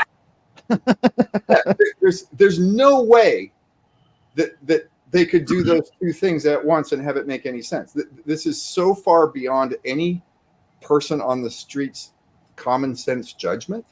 I want to say something because I know that somebody got their feelings hurt by playing that. The importance in seeing the actual thing in front of your face, the absurdity, because you were right, Paul. Was that you that said it? Your children can. I literally just was swiping on YouTube when I saw that. Yeah, the same that my kids do. Millions of children do. Yeah. I would guess, and I don't know this for a fact, and I don't think most other people do. I would guess that almost all of children's exposure to the internet is unsupervised. Like, what are they seeing at school with their friends' phones? On their You don't phones. know. Yeah, the kids are seeing all this shit. Kids aren't stupid. And I know for a fact, for 100% fact, I'll speak about myself only. At the age of my children, I was not mature enough to understand what was happening. Mm-hmm. I'm still in my growing process, I believe. I don't think most adults are mature enough to understand what's happening. That's true. No. I'm just not mature. I mean, I think that's why it's happening. I might think I understand what's happening, but I'm still a 13-year-old boy. Yeah, that's true. 15. So I'm really proud of you guys. We didn't get one thumbs down for that. Thank you very much for. Love the audience. I think it's an important thing. Look, that the language sucked, but it's out there, and that's a real thing that happened. Yeah. And Dave said that comedians are a huge important part of this great awakening. Absolutely. Well, also, that happened in 2020. That's 4 years ago. Right. 4 years ago, it was that absurd, and it's gotten much worse.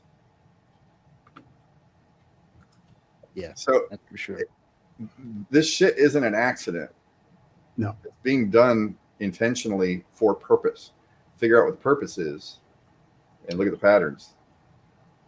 All right. Well, let's I'm not sure where our surprise guest is yet. So let's rope it back in here and we'll go through, if you guys are cool with it, I'd like to go through a couple more Trump clips, one or two Huey stuff. little bit of proof stuff, and then if you guys got anything to add or throw in more at any point in time, please feel free. As you know, Yeah, if you guys need car insurance, call the general.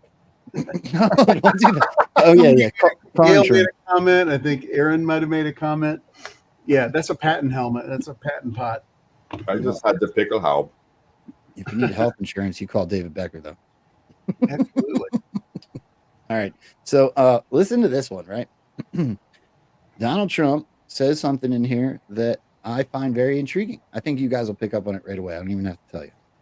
Somebody felt that these numbers should be released, and they came out actually just as she got to the border. It's very interesting. This was a little tough because she gets up and she goes, well, I didn't really get involved too much with the border, but I'm going to now get involved. Why didn't she do it almost 4 years ago? Why didn't she do it? Because she can't do it. Biden made her the border czar. She's been the border czar this entire time. But the part I thought that I clipped this differently.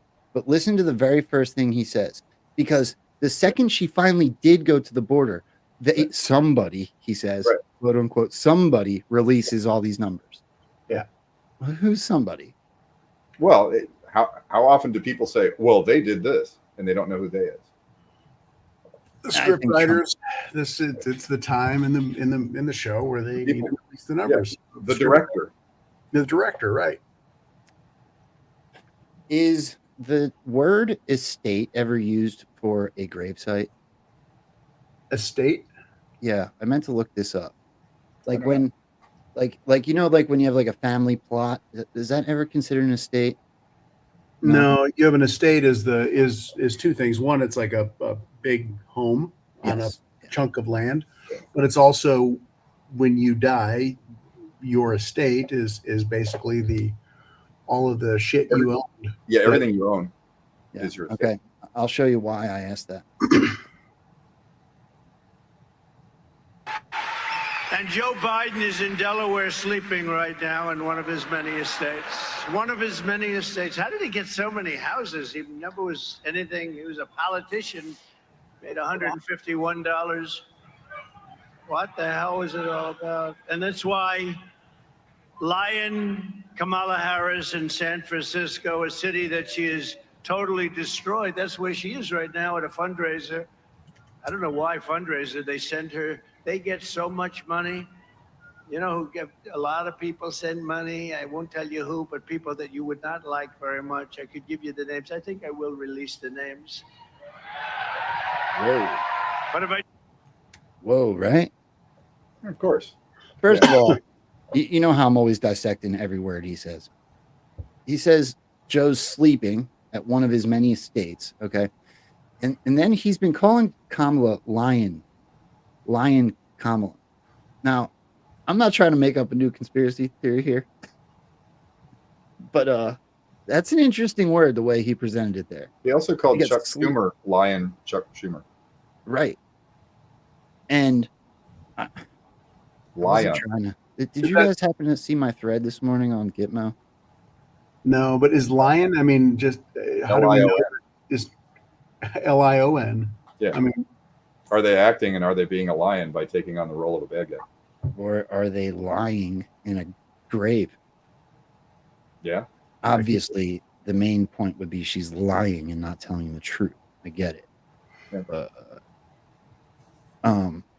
I'll tell you what. Let's just do it. I wasn't going to do this, but now I'm going to. So this, a lot of times I'll go back and go through old things and update them to kind of like where we are today. So this morning, for some reason, Gitmo popped into my head. So from like 6 a.m. until 9 a.m., I went back through digging on Gitmo, right? Where the heck am I at? Here I am. So I'm gonna show you guys this. Try to hear what you think. It's a 10-part thread, but in part one, I wrote that you want more circumstantial evidence that Joe Biden is not in control of anything. Both Barack and Joe have stated many times that their intentions were to close Gitmo. Yet here we are, expanding to this day. Follow the thread. So here's the first Trump clip that I added to the thread.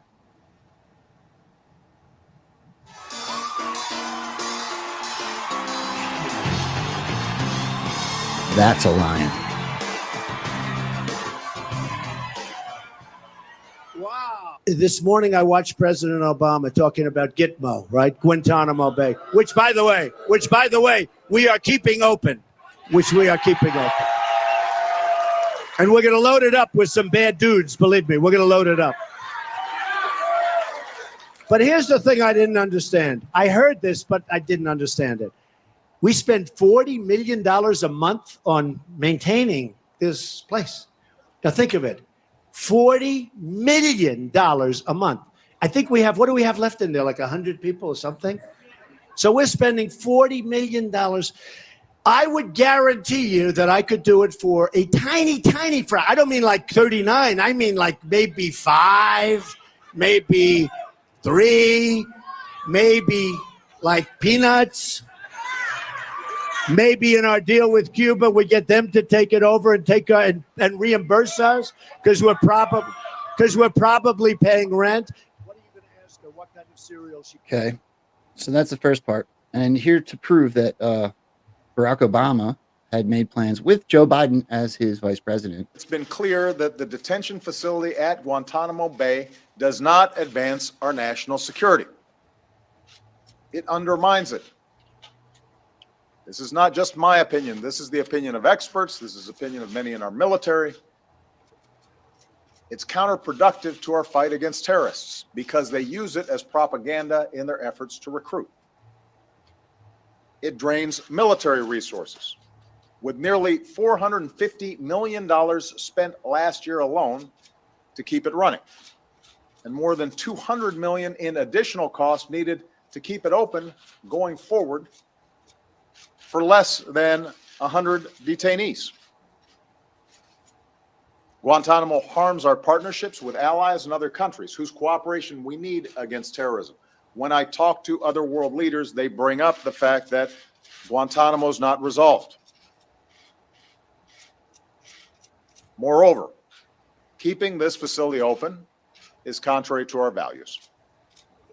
It undermines our standing in the world. It is viewed as a stain on our broader record of upholding the highest standards of rule of law.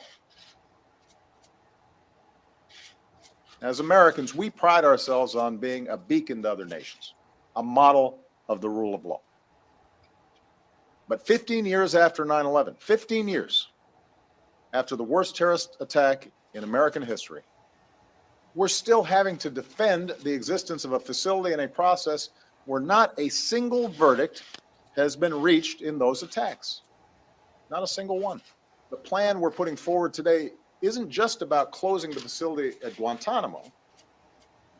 It's not just about dealing with the current group of detainees, which is a complex piece of business because of the manner in which they were originally apprehended and what happened.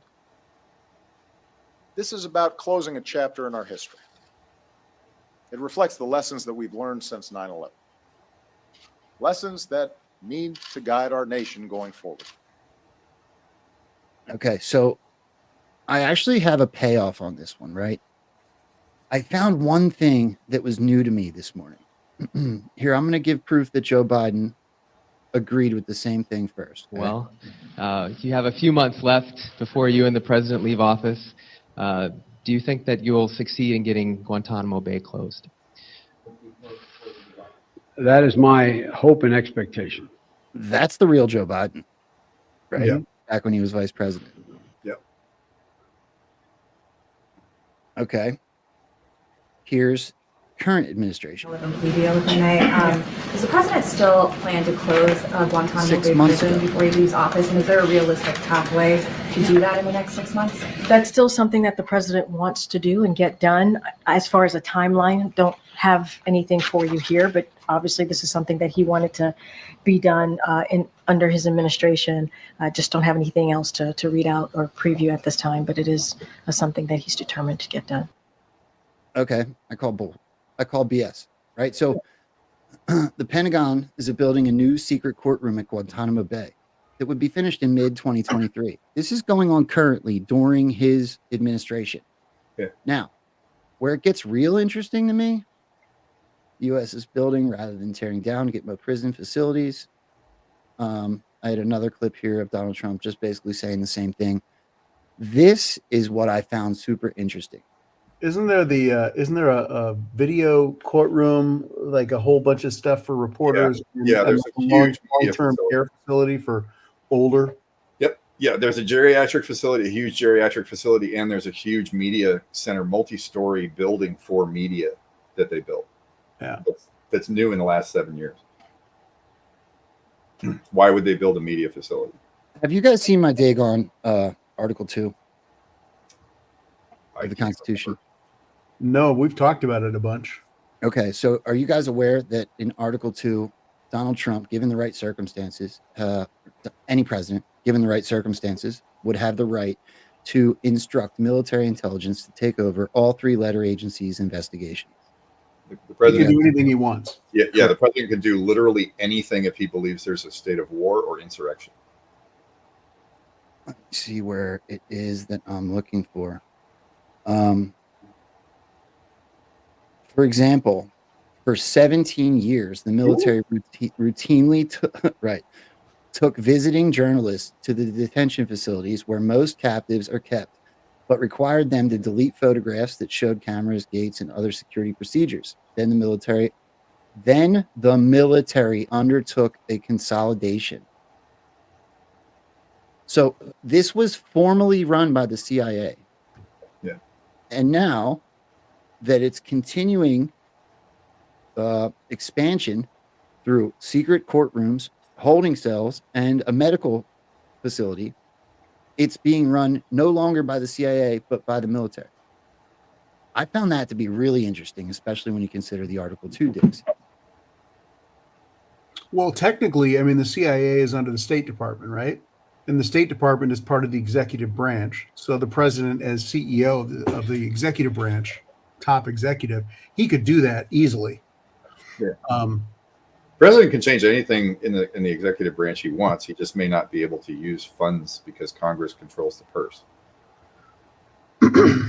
Well, and of course, I have to go old school because considering all of those things, all of these things become... It's like 24 hours since John McCain was put to death. And look at this circus of a hearing in Congress, though. It's like 24 hours. This one. By the way, it's not Biden. It's not Biden.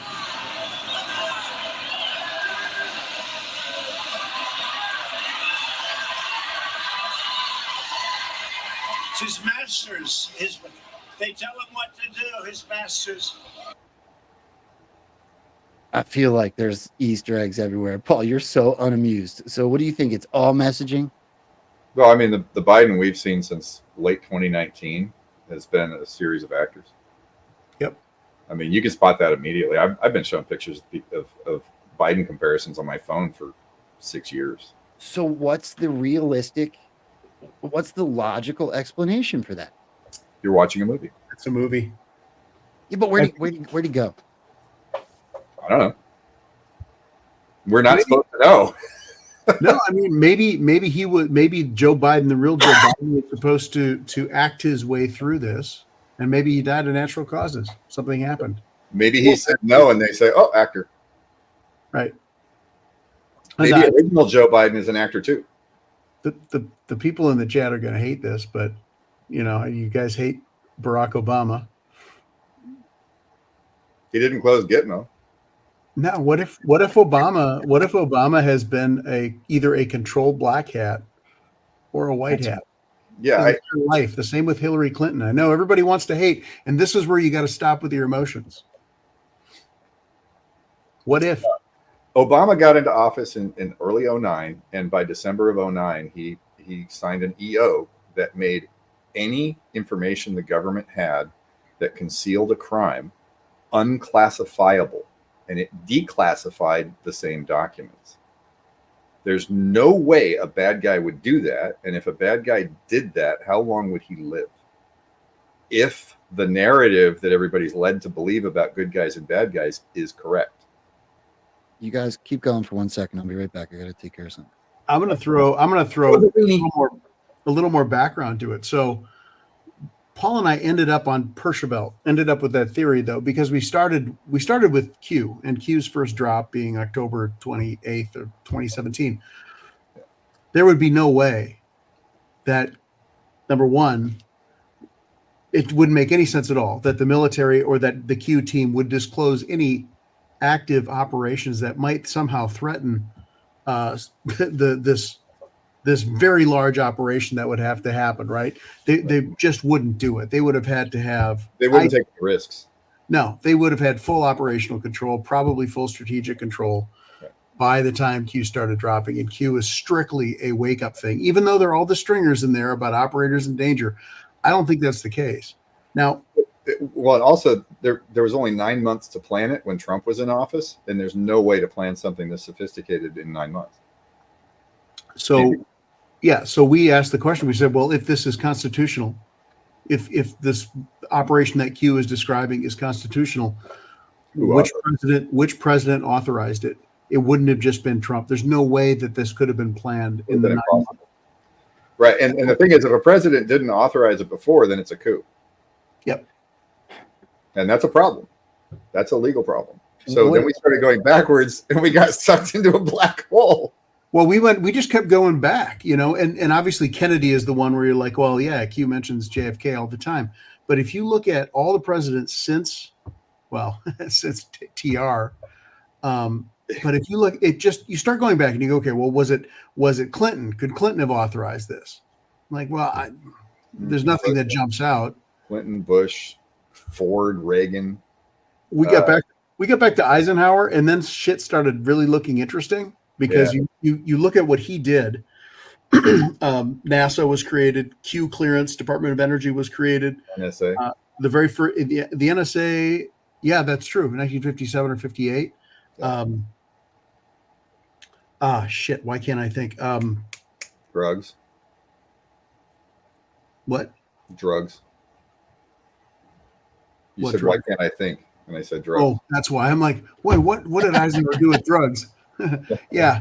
But there were a whole bunch of things that happened under Eisenhower's administration, and momentous things that you would go, well, of course, if that didn't happen. It set the legal stage for the entire pattern. Yep. And so, and that's extraordinarily improbable. Yeah. Now go back a little bit further and go, well, let's see, Eisenhower's background. Well, he was the supreme Allied commander in World War II. He would have known all of his counterparts. You remember Q talked about spread worldwide and all that stuff. Well, I think a lot of the Q drops make reference to not present day stuff at the time that the things were at the time that the drop happened. Right. I think it referred to historical stuff, and it might be both. Especially World War II. Especially World War II. There's some amazing statements that all line up perfectly, referring to Hitler and World War II and events in World War II. Yeah, look up the Angela Merkel one. That quote or that drop. Yeah, and we've actually done on Joe's show. We've actually gone into details about some of this stuff and shown how we found references that are really, really compelling. So, yeah, if you're new to the show, I will encourage you. I've done a whole series of shows with these two guys. I would highly encourage you to go back and watch all of them. You'll see some outlandish, what will seem now like outlandish predictions, but the logic is all there. It all connects. Can I ask you guys a question? Mm-hmm. No. Because you are very convicted in the idea that if there was a plan put together, that it would have to be a president that made the call. Mm-hmm. There would have to appear to be a president that made the call. Right. Okay. And that's going to be my point, right? So I'm not saying that everything you just said doesn't hold water, because I believe it does. I love the way you guys think. But we have gotten multiple hints from Donald Trump, which could be cartoon narrative, granted. They certainly align with the drops for sure. The one specifically that I'm thinking of right now with General Kellogg, when he just said a few weeks ago that General Kellogg was there before he got voted in, and he wasn't alone. There was a bunch of them.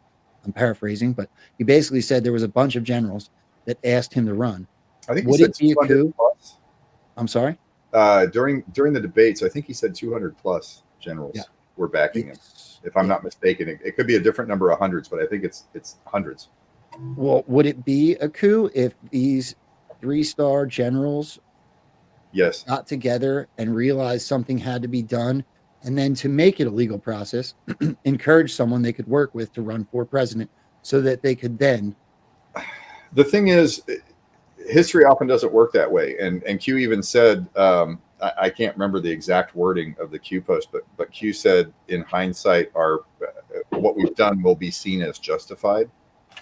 Kind of hint that it not be at all costs. Right. To protect at all costs, what they're doing will be seen as justified. So in other words, what Q is hinting at is that it may not be explicitly legal. And Q said in other places that it wasn't going to be a smooth ride. So they're basically leaving the door open for, this wasn't exactly legal, but everybody agrees with it, so it doesn't matter. One possible explanation for that, though, would be, a lot of people don't believe that Article 2 gives the president the power to basically do anything. But there is the one clause, I want to say it's in Section 7 or 8, that it says he shall take care to make sure that the laws are enforced. Right. That means anything. And if you look at, we've talked about this ad nauseum on the show, the prize cases, 1863, which is where owners of 4 privateers had their ships seized by the U.S. government, and they were claiming, well, no war was ever declared. Congress never declared war, and Lincoln wouldn't have the authority to do this. Right. And in the majority opinion, they basically said, no, look, Lincoln, war doesn't have to be formally declared in order for it to exist in fact. And not only that, Lincoln shouldn't have to wait for Congress to baptize the war with a name. Right. So, essentially what they said was, if the president believes there's a state of war or insurrection, the president can do anything he feels is necessary to meet that threat, which literally means the president can do whatever he wants if he thinks there's a war. Now, it's all subject to the oversight of SCOTUS, because in 1952 or 1950, I can't remember the name of the steel mill, but they were going to strike, and Harry Truman basically nationalized it. And that went to court, and the Supreme Court said, no, you can't do that. And so they used a series of tests. I want to say it was like a 3-legged stool kind of thing. But ultimately, what SCOTUS, the way that they evaluate, was the president justified, is they're saying, look, it has to be contextual. Right. So it can't be where Donald Trump could or Joe Biden could actually take over and send the military in when there's no insurrection or no reason for it. Right. Although I'll point out that even with that 1950s ruling from the Supreme Court saying, he can't do it, the president can still just do whatever the hell he wants, and then you get a SCOTUS ruling later. Yep. And that's where I think it will be justified. Right. And so regardless of constitutional experts arguing over whether or not the president can do it, the president's not going to make an order and then have some constitutional attorney say, no, you can't do that. We have to go to the Supreme Court first. That isn't how it works. The president does shit, and then the Supreme Court blesses it later or says he was wrong, and then Congress can impeach him. Yep. So the president literally can do anything. And people don't understand that. So it's possible that Teddy Roosevelt just essentially suspended a lot of the Constitution, and everything we've seen since has been a show. Like, that sounds unbelievable, except it's legally possible. I want to address this comment. I don't know if this is an emotional I'm upset or this is an emotional, like, a realization, but either way, I want to address it quick. So Obama, a white hat, insane. How many other pedo Satanists are white hats? Unbelievable. So I would parallel it with something that I think might be more easy to digest. Look, Jeffrey Epstein is not a good guy. From what we know, Jeffrey Epstein's about as dark as they come. However, if you believe that Jeffrey Epstein killed himself in that jail cell, I got a bridge in Baltimore to sell you. There's only 2 other options. Either he was taken out to make him silent, or he is under a level of protection and singing like a bird. How do you know he's not an operative in a sting? Right. You can go full on. He's a white hat. I have a hard time believing that myself. And I think but also everybody's going to have a different opinion, and almost everything everyone thinks they know is an opinion, because it's mostly based on what other people have told them. Yep. I would say to JB Wilt's comment, I mean, how many other pedo Satanists are white hat? Who are the pedo Satanists? Yeah. I know we've been told who some pedo Satanists are, but we've been told that. Well, I want to add something. I want to finish that statement about Epstein. Epstein doesn't kill himself.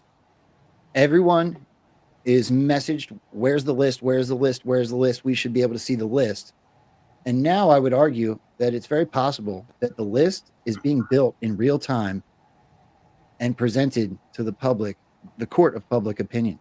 Mm-hmm. Because now look at Diddy and the sex ring in DC, Virginia area. There's been multiple.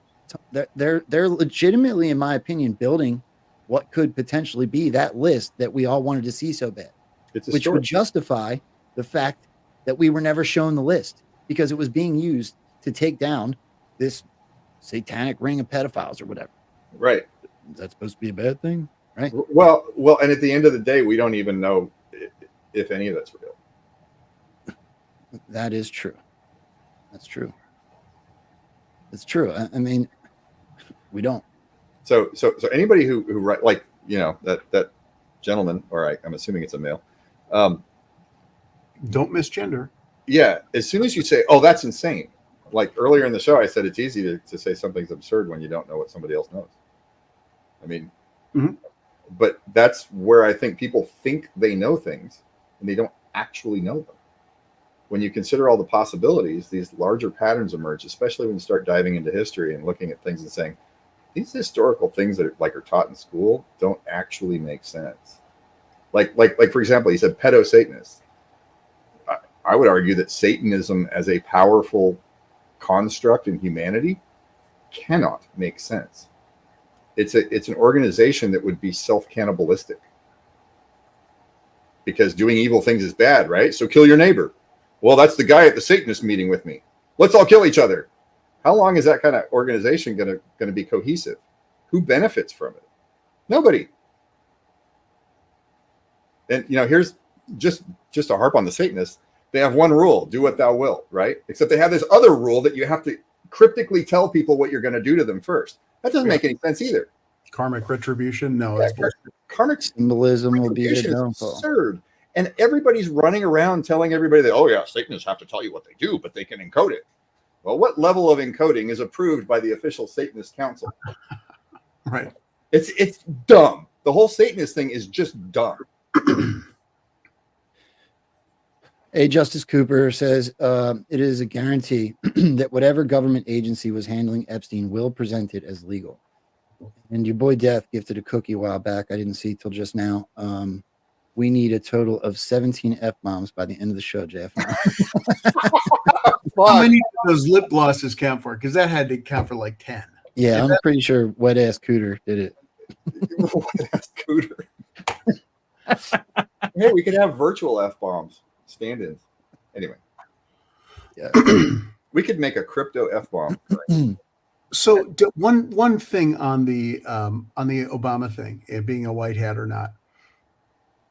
If from our perspective, from Paul and I, from what we did digging on Q and then going back to TR and Roosevelt, we think that pattern existed. We think it started with TR.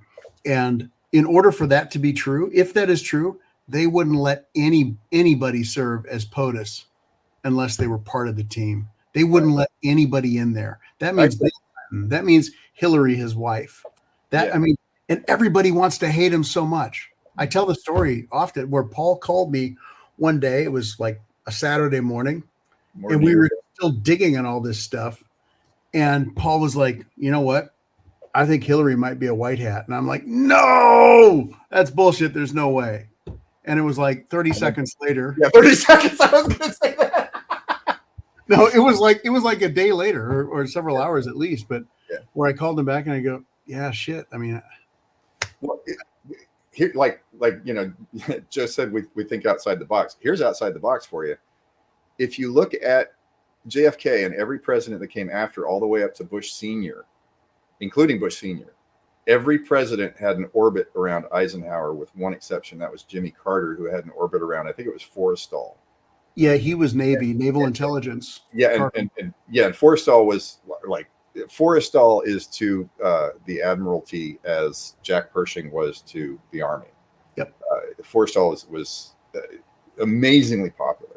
So these guys were all connected in what was going on in the early 1900s and mid 1900s. And every single one of the presidents after JFK all the way up to Bush Sr. had a military orbit. Reagan was doing voiceovers for Patton's speeches. So like these aren't accidents. These guys were chosen. Now you can disagree with that and say, no, everything I was taught in school is correct. Or you can look at larger patterns and say, what if this shit isn't actually what was happening, but we were being presented the show we need to see to get to the point we're at now and beyond. I mean, the show had to start somewhere. Think about it. If you want to look at a more recent pattern, right? Until Obama was elected, I mean, yeah, we had the LA riots and there was minor racial stuff. Obama, I mean, totally accelerated it. Yeah, like to a point where nobody knew who Obama was. Obama popped out of nowhere, and then he's president. Do you wonder that maybe his academic records are sealed and all that stuff because there's stuff in there that show who he really worked for? Or there's nothing in there. Yeah, maybe those LA riots were Psyop to begin with. Absolutely. Yep. Rodney King in the video he was a blonde-haired white guy. If you blow it up and look, have you ever seen that? The actual you're talking about the riot was Reginald Denny was the white trucker that had the shit kicked out of him. No, I guess I'm going way back. The other LA riots, the Rodney King stuff. Oh, this is Rodney King started it. I mean, well, he didn't start it. The Rodney King incident was the thing that sparked the LA riot. Correct. And that incident was, I just saw your face, but I could show you the video. I don't have it on me. Maybe I'll post it in the Telegram, but broken down with today's, you can look at that video and see that Rodney King is not Rodney King that gets beat up. It's a white guy. Oh. At night by the cops, that one? Yes. Really? I'm going to have to look that up. I'll find the video. I have it. I've posted it before in some of my, I was going through all the psyops, which is everything. I would argue, and I've asked this question before, but when the show was a little smaller, but I'll ask it for these guys. Name me something that isn't a psyop. Name me a large event that we have been messaged through mainstream media that isn't a psyop. Doesn't exist. The only thing you could argue is natural disasters, but then you get into weather modification and things like that. Right. Which, I'm not even going to touch because I don't know. Well, North Carolina right now is underwater. And, I posted earlier today about, it was probably something about Trump being, it was the Gitmo threat. And somebody instantly goes, well, then why aren't they helping the people in North Carolina? I don't even know how to answer. Because here's a theoretical reason. Because they want to show people how corrupt the government is. So people stand up and say, we need a government that's not corrupt. That's and Texan Patriot Girl asked the question, where is this movie taking us and why? That's one of the questions. It's a great question. They're forcing everyone to think for themselves and be more active in their communities, because where we're going, they need the population to be more thoughtful. Whereas historically, they've needed the population to be dumbed down and confused. And, oh God, I'm going to go there. The reason is because technology enabled the elimination of racketeering crime. And that's the transition we're seeing. We're going from the old system that's very, very old, of where the people who run the world run crime, to where they've eliminated that out of their own system. And now we're just going to have a world pretty much free of organized crime. That's my opinion. You can say I'm insane, and I'll go, hey, our opinions differ. I have no idea. I'm starting to look. I'm not going to touch whether or not Rambo's a psyop. He called me a dick last time I did that. Joe, put my comment up there. Have you guys ever seen it? Where is it? It's right below Dave. I'm sorry, Dave. Answer your question, Dave. I'm sorry, Dave. Yeah. It was really funny. I keep referencing this, but I was on Liberty Den the other night, and it was really funny because John kind of started the show by letting me know that he was Fed checking me. so somebody went to it was a perfect meme for this. Somebody went to where I had shared the show, and it has the meme where it's all the Spider-Mans in a circle and it says Fed on all their chests and everybody's pointing at each other. Right. well, this is one of the primitives, and I'll explain this more fully for everybody.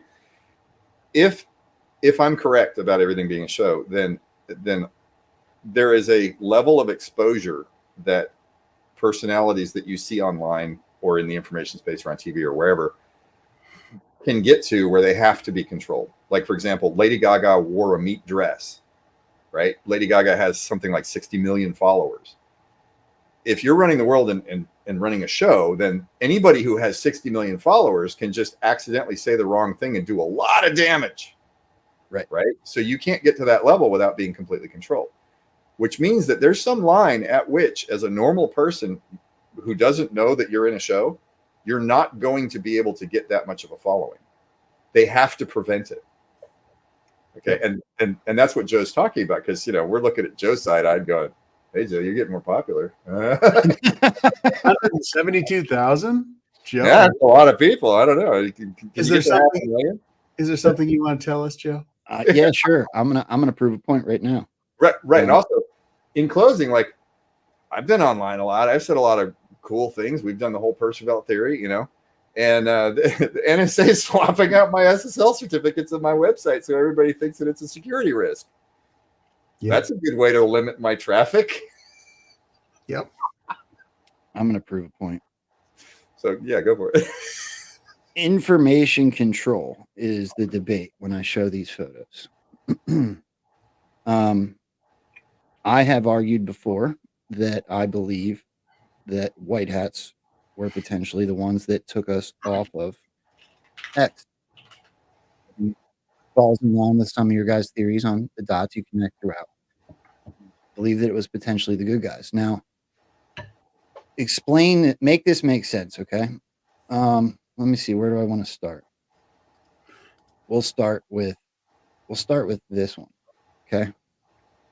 This is not about the post, this is about the numbers, okay? This post has been reposted 18.4 thousand times, okay?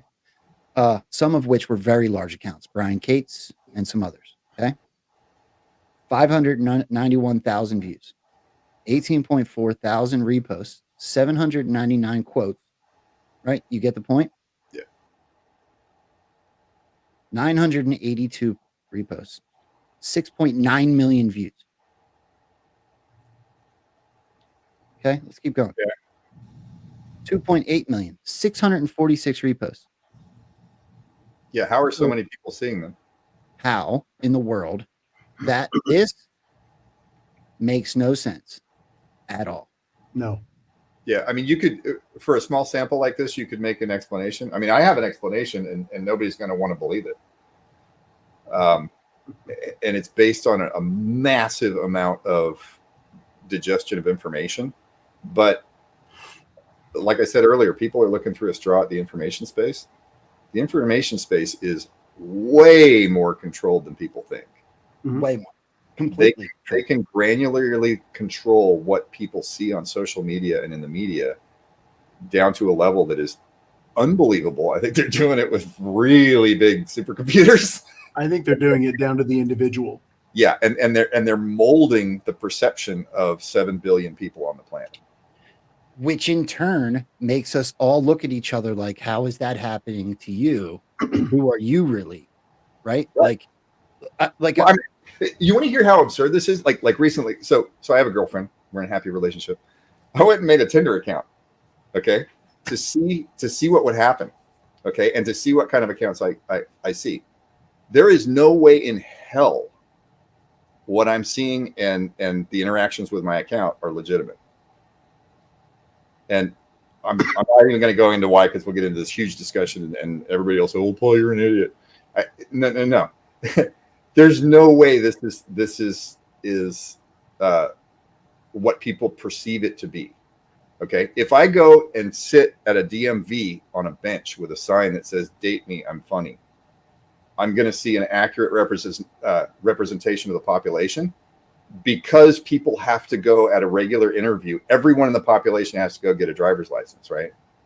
And go renew a driver's license. So I'm going to see a very accurate representation of what's actually there.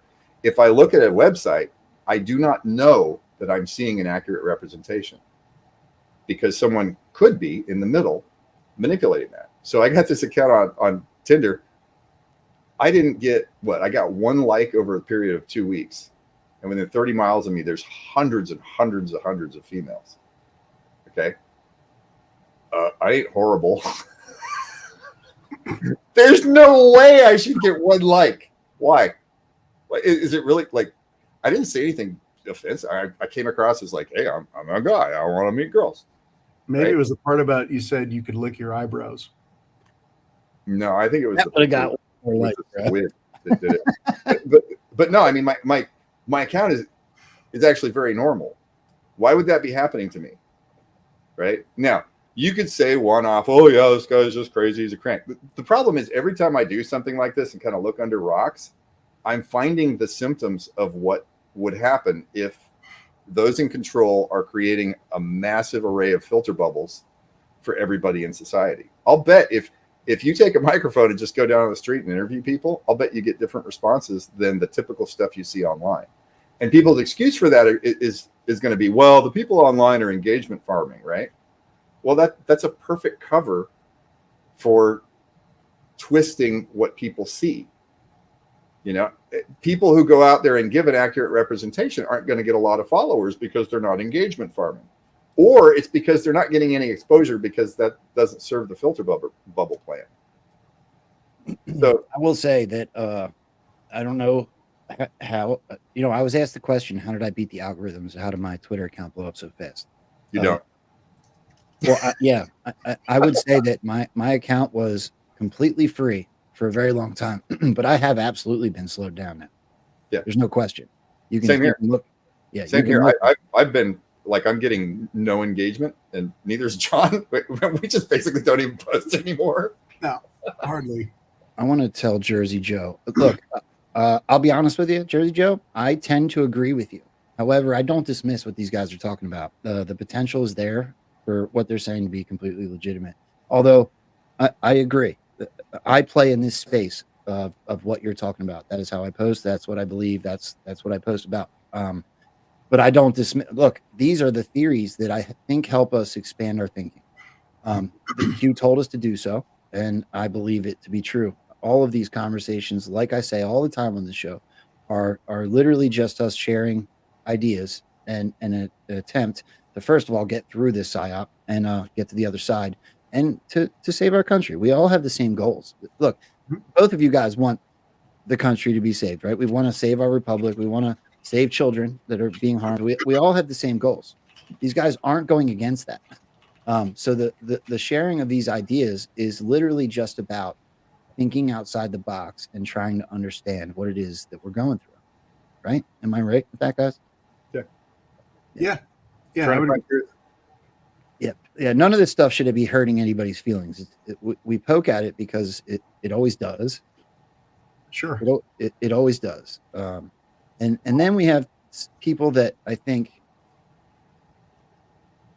I don't know how you want to say this, but certain people become very attached to their belief system, and even big content creators or citizen journalists, maybe that's a better way to describe it, can get that way. And then people can get defensive, and they can get protective of their credibility, things like that. And I believe that none of that matters. I don't think ego matters in this process at all. As a matter of fact, I think most of this process is to smash ego. Mm-hmm. Yeah, ego is pure emotion, and emotion is not thinking. Yeah. I want to answer Jersey Joe. Again, this is our theory. Theory being the operative word. I mean, you have the theory as well.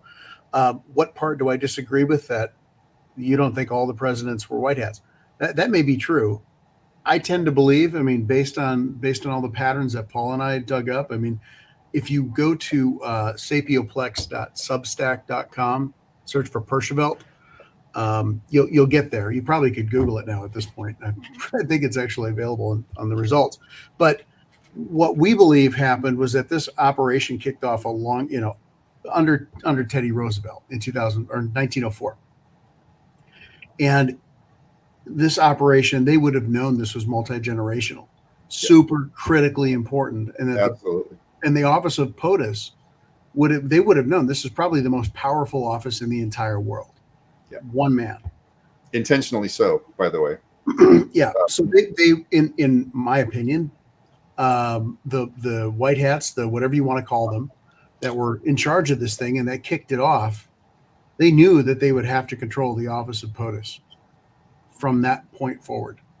So that's why I believe that every president since probably TR in 1904 has been a white hat, including Woodrow Wilson, who signed the Federal Reserve Act. It's an interesting thought. I still hold on to the idea that there is a spiritual war going on, a battle between good and evil. But to that same thought, I would also argue that if you believe in that way, then the only true white hat is Jesus. And so you're dealing with shades of gray when it comes to every human being on the planet, if you believe that it's a spiritual war, including the man I absolutely adore and will continue to fight for, Donald Trump. He's a man, right? He's not perfect. I think that he was chosen. I think he's perfect to be the spearhead of this operation, but he's still a man. So yeah, sure? I'm not. I don't know. I don't know. I've seen videos of Hillary Clinton doing this where I think she's a robot. So Nancy Pelosi saying "Good morning, Sunday morning" in the middle of that's a robot, dude. I don't know. Glitch. I've been drunk before. Alcohol doesn't do that. No. I look. I mean, Trevi 22. I mean, you're free to not buy any of these theories because they're just theories. We don't know, but that's what we're seeing. I would clarify though that you say Obama damn sure wasn't a white hat. How do you know that? Because everything you've ever read about the guy, if you haven't been there and seen him personally when he's not in front of the cameras, that he's done all these bad things. He's done things that certainly appear to be bad. So let's also done things that no bad guy would ever do. Yeah. Let's help with this, right? Let's just play. Let's do a little mental gymnastics. You name 4 things that Barack Obama did that helped the plan.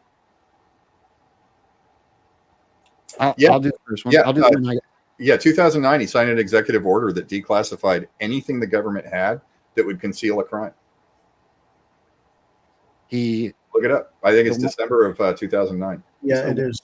Yeah, and it's never been changed as far as I'm aware. Like, how many days would a president live if he did that? Because that means anybody in the government can just take a document and make it public to expose any level of corruption in the government. Give me a freaking break. That's not a black hat move. Absolutely not. Yeah, well, and he was used. I know you guys don't agree with the Smith-Mundt Act and what the movement as a whole believes it to be. Yeah. However, Barack Obama was used. They're incorrect. Yeah, but as far as messaging, go ahead, John. The modernization, Smith-Mundt Modernization Act of 2012 means absolutely had no impact because the original Smith-Mundt Act did not bar propagandizing the U.S. domestic population. It had nothing to do with that. Go read it. We've done the sections on shows. I'm not going to go through it. Yeah, don't even get into the details. If you read the Smith-Mundt Act, you will find out that propaganda in the United States has never been illegal. No, it was all that the original Smith-Mundt Act ever did was it defined and put guardrails around the shit that was developed by the State Department that would go out to foreign countries. It says you can't use that foreign propaganda in the United States. That's all it says. Yep, the stuff that's created for foreign countries can't be used domestically. Yeah. Okay, well that's the loophole there. You could drive a semi truck through, because now you could have another agency. You could drive a Gort through it. You could drive a pretty big steel shiny Gort. So I'm pretty sure everybody. I've used this example ad nauseum, but I'm going to do it again because this is my favorite one. I think it's the most telling. I'm sure everybody in this audience has at least heard the argument that Mike Pence did exactly what he was supposed to do by not certifying the electors and allowing Joe Biden to become quote unquote president. If you can grasp that concept and intentional messaging, then you should also be able to grasp the concept that Barack Obama, just before Joe Biden got inaugurated, was used to sit in an interview and intentionally message the population that if he could have a third term, he would sit in his basement and have an earpiece and talk to said president. Right. Because we were then all led to believe that Barack Obama was the one in charge of Joe Biden. And I would argue that Joe Biden is not being controlled. Joe Biden is the greatest red pill we have. Period. Full stop. Yep. Yeah. And so is Harris. Right. And so is Sam Brinton. I mean, you could go through this stuff. I think the interesting thing about this, though, is that, like, I don't think neither Paul. Well, I can't speak for you, Paul, but I think we've talked about it.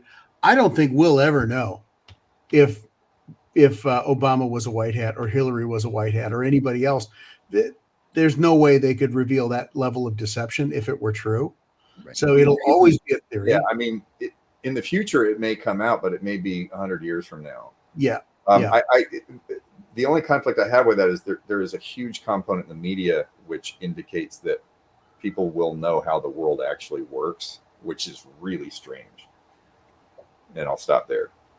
Yeah, I think what it's going to be is we may even see Obama and Hillary on video swinging from nooses. Yeah. Whether it's really them, whether it's CGI. Yeah. They may also show up 5 years later saying, yeah, well, that was a show. We don't know.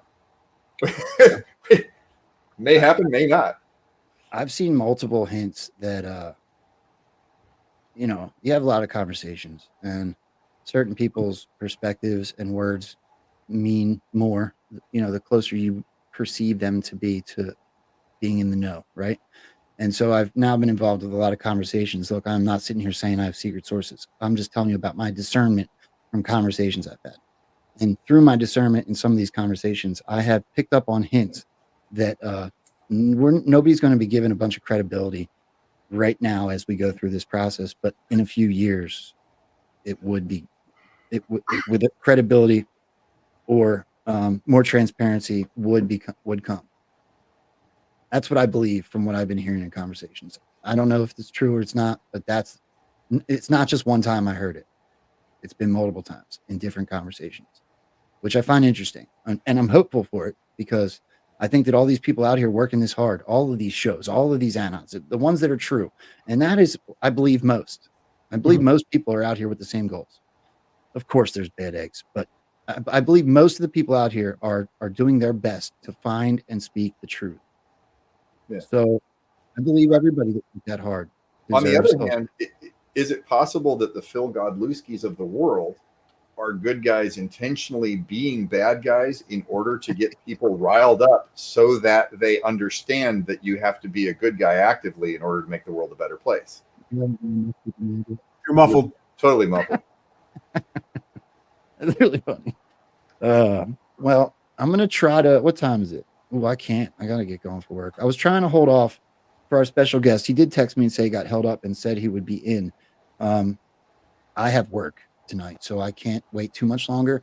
I'm going to go into thanking some of the sponsors for the show, hear what you guys are up to or what you might have coming up.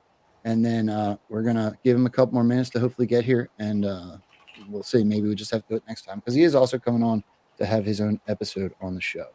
So with that being said, I wasn't quite ready for this, but I didn't realize it was so late. You know what? I'm going to play something so I can prepare that I think is actually really cool. And I hope that our country gets back to this. So this is just a few minutes long. I'd love to get your guys' take on it, and then we'll do what I said. Cool? Sure. Check this out. So this is, I don't think it needs an explanation. Just watch and laugh. I know this is a Republican celebration, but I have the honor of introducing a man who is so democratic, he picks on everybody equally, even a little kid like me. Mr. Don Rickles.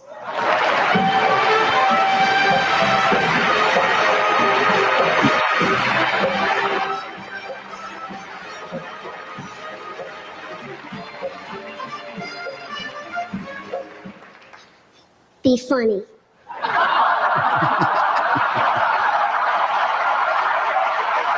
That's awesome. He's awesome. First black kid I ever saw that'll definitely never play basketball.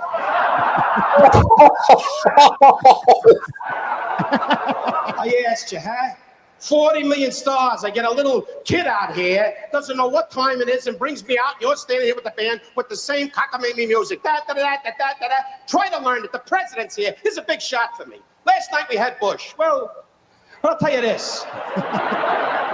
He was great. Did you see him and the wife after the show? He was in the lobby going, nobody knows me.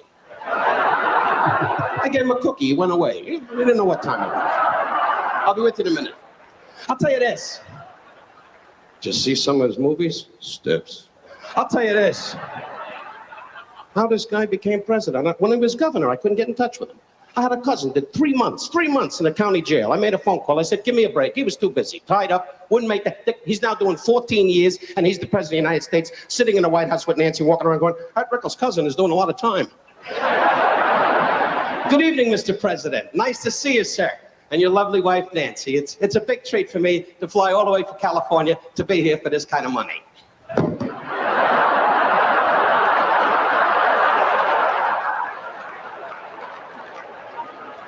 See, I still got the tuxedo marked down.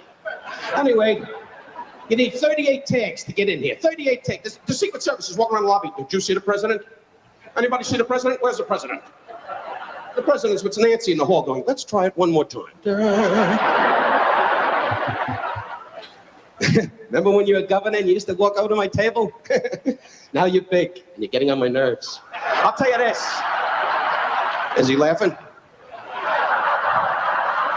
If you see Marines coming towards me, go into glory, glory, hallelujah, and shoot Webster. Anyway, nice to see you, Secretary Schultz. What are you doing in town? Anyway, he's sitting there like there's nothing going on. Get busy. Go over to the embassy, have a bucket of beluga. Anyway, Secretary of State's here, and Billy Graham, nice to see you, sir. This hand is bothering me. Oh my God. It could have been a picture if I've talked to this guy. It's great, though. I make fun of the president. Why not? I make fun of everybody in the world. That's America. Laughing, Charlton Heston, I'm a friend. It's over. I'll tell you this. If you were Moses, I was a Mau Mau fighter pilot.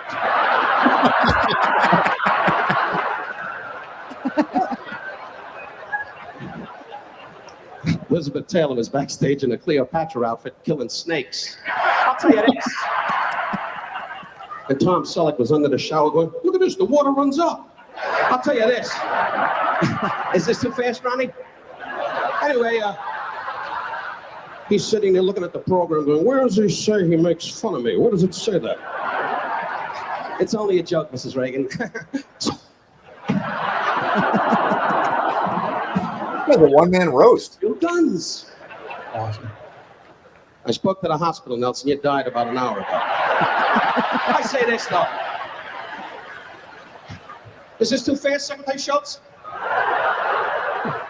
What do you talk to that Russian about? You must say, oh, look at the way you dress. The tuxedo's out of style. Class it up a little bit. He's wearing a fake dickie when the button goes boom.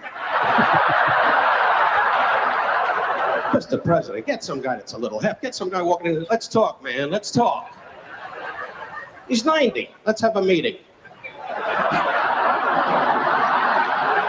That's what they do in Florida, the old Jewish folks. Hold the elevator doors.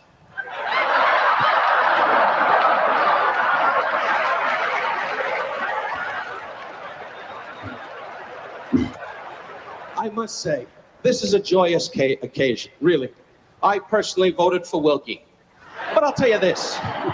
To you, Mrs. Reagan, lovely Mrs. Reagan, to you, our dear president, may God be good to you and yours for the coming 4 years and beyond that. You're a great gentleman and a great credit to the country. May he give you health, the Almighty, and may you reign as long as you wish. God bless.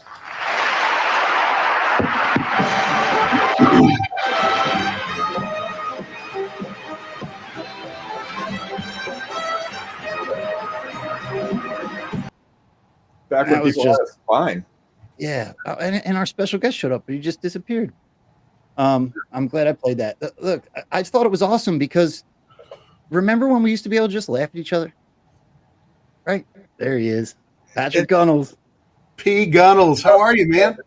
JFanon, how are you, my friend? And it is such an honor to be on the podcast of the great Joe Rambo. Joe, I got to tell you, you came to my attention through my very good friend David Becker, and you have been on top of so many things. I just wanted to just give you my compliments on the work you've been doing and everything you've been putting out on your Twitter. It has just been straight up fire, my friend. Well, I appreciate that greatly. I have been a huge fan of Epic Threads for much, much longer than you were aware of me. So thank you very much. Wow, that's amazing. So I just wanted to say, Sapioplex, I don't think I've met you, Sir JFanon, and I go way back to Threadfest 1.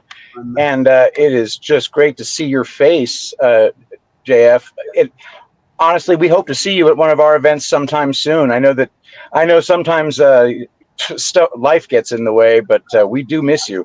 Yeah, it's been I've pheasant hunting weekend, so we're heading into pheasant fall, and then this last year has been hard with daughter in senior year, so last year.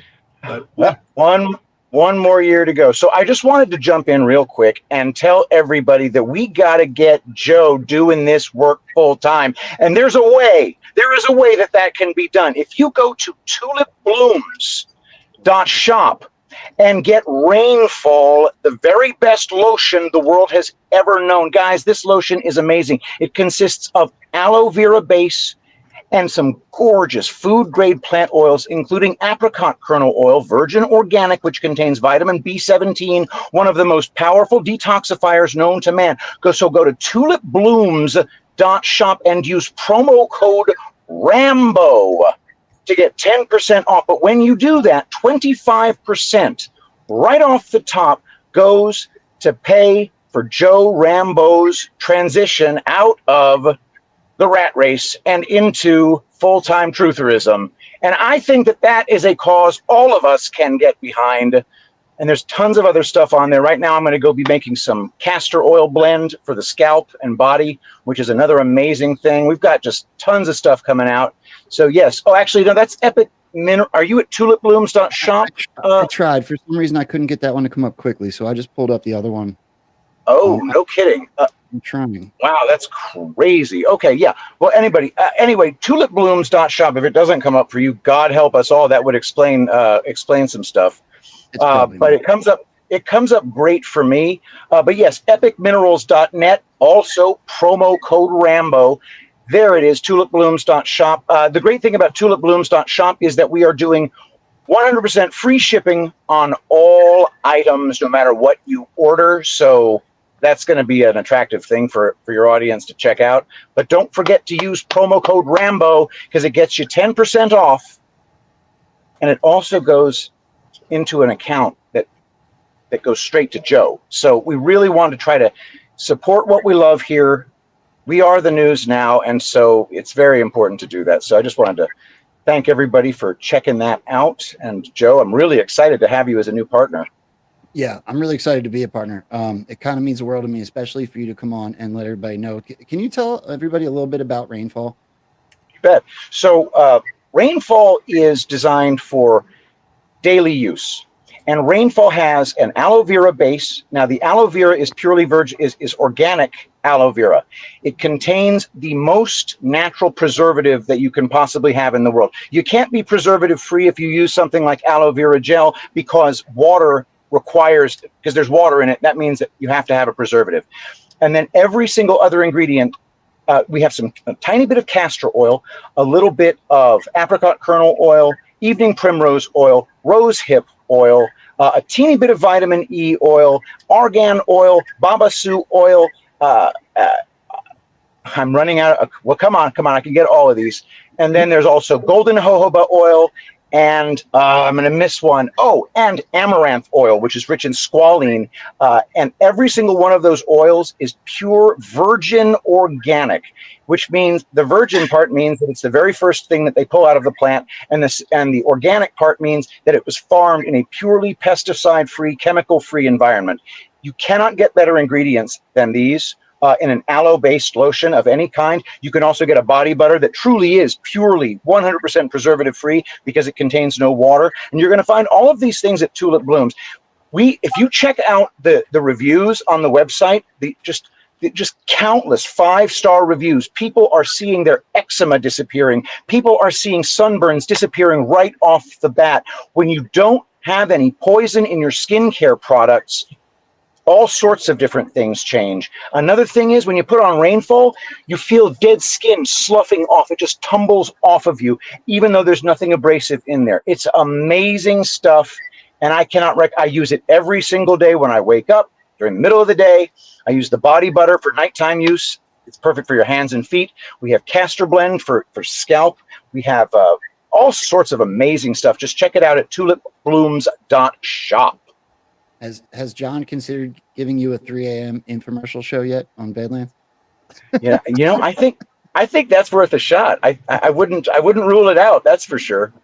And you and I are going to do a show, hopefully ASAP, 14th, 15th, 16th October, somewhere in there. So I'm excited about that. But yeah, let's get this promo code Rambo cracking on all cylinders.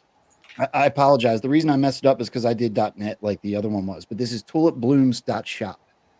Yes, yeah, and I knew that I was getting into trouble the moment I got a .shop extension. I knew it was going to be a trick to get it out to people because people don't use those domain name extensions. But tulipbloom.com was taken, and so was the .net. So I went with .shop because it was just the closest thing to what we're doing.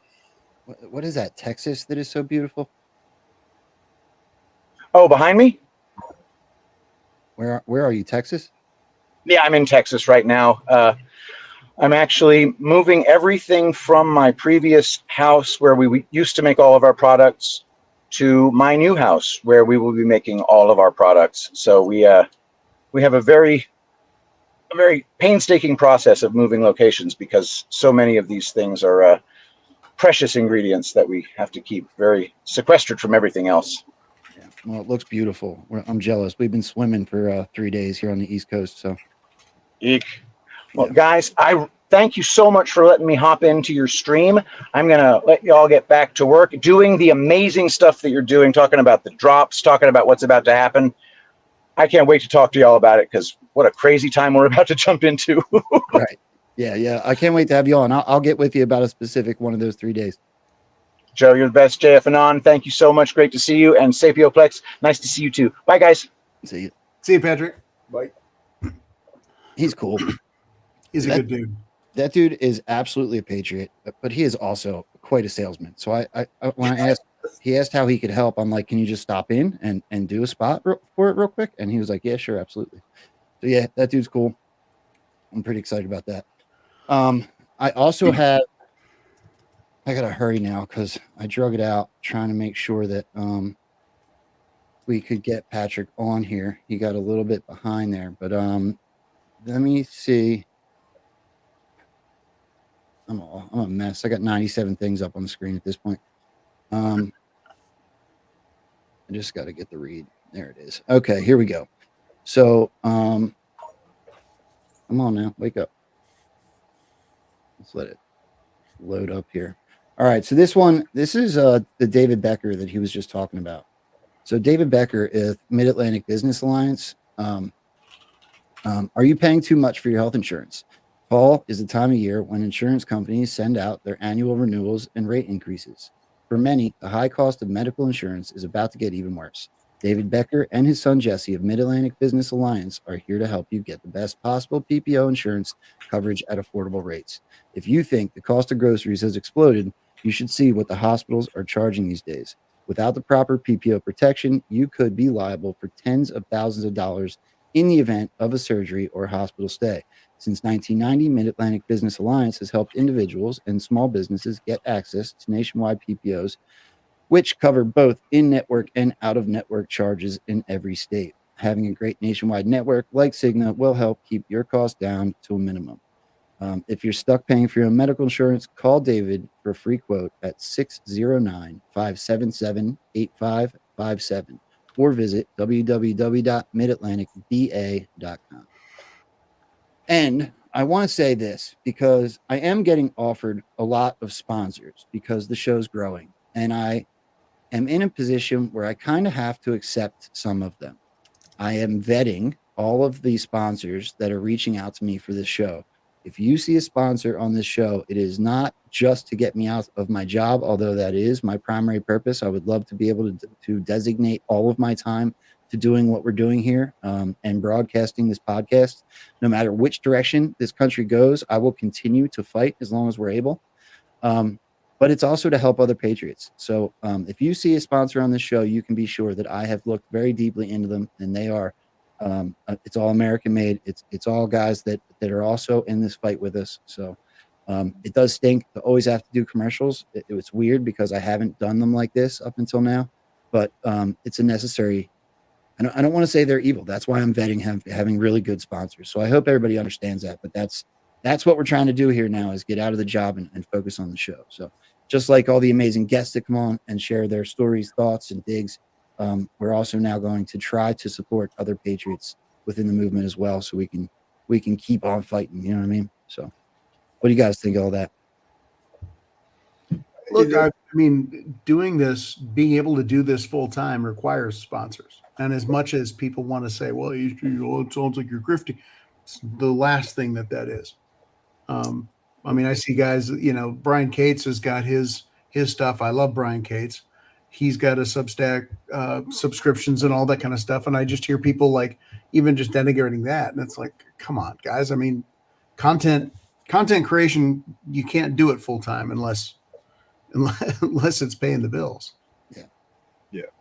Well, and also, I mean, this is a valid form of media, and people who run companies have to get to customers somehow. And so, like you saying you vet the people. Okay, that's better than anybody who'll just take highest bidder. Yep. So, at least I don't want to talk about the details, but I want to bring this up with you because you just said that. Yeah.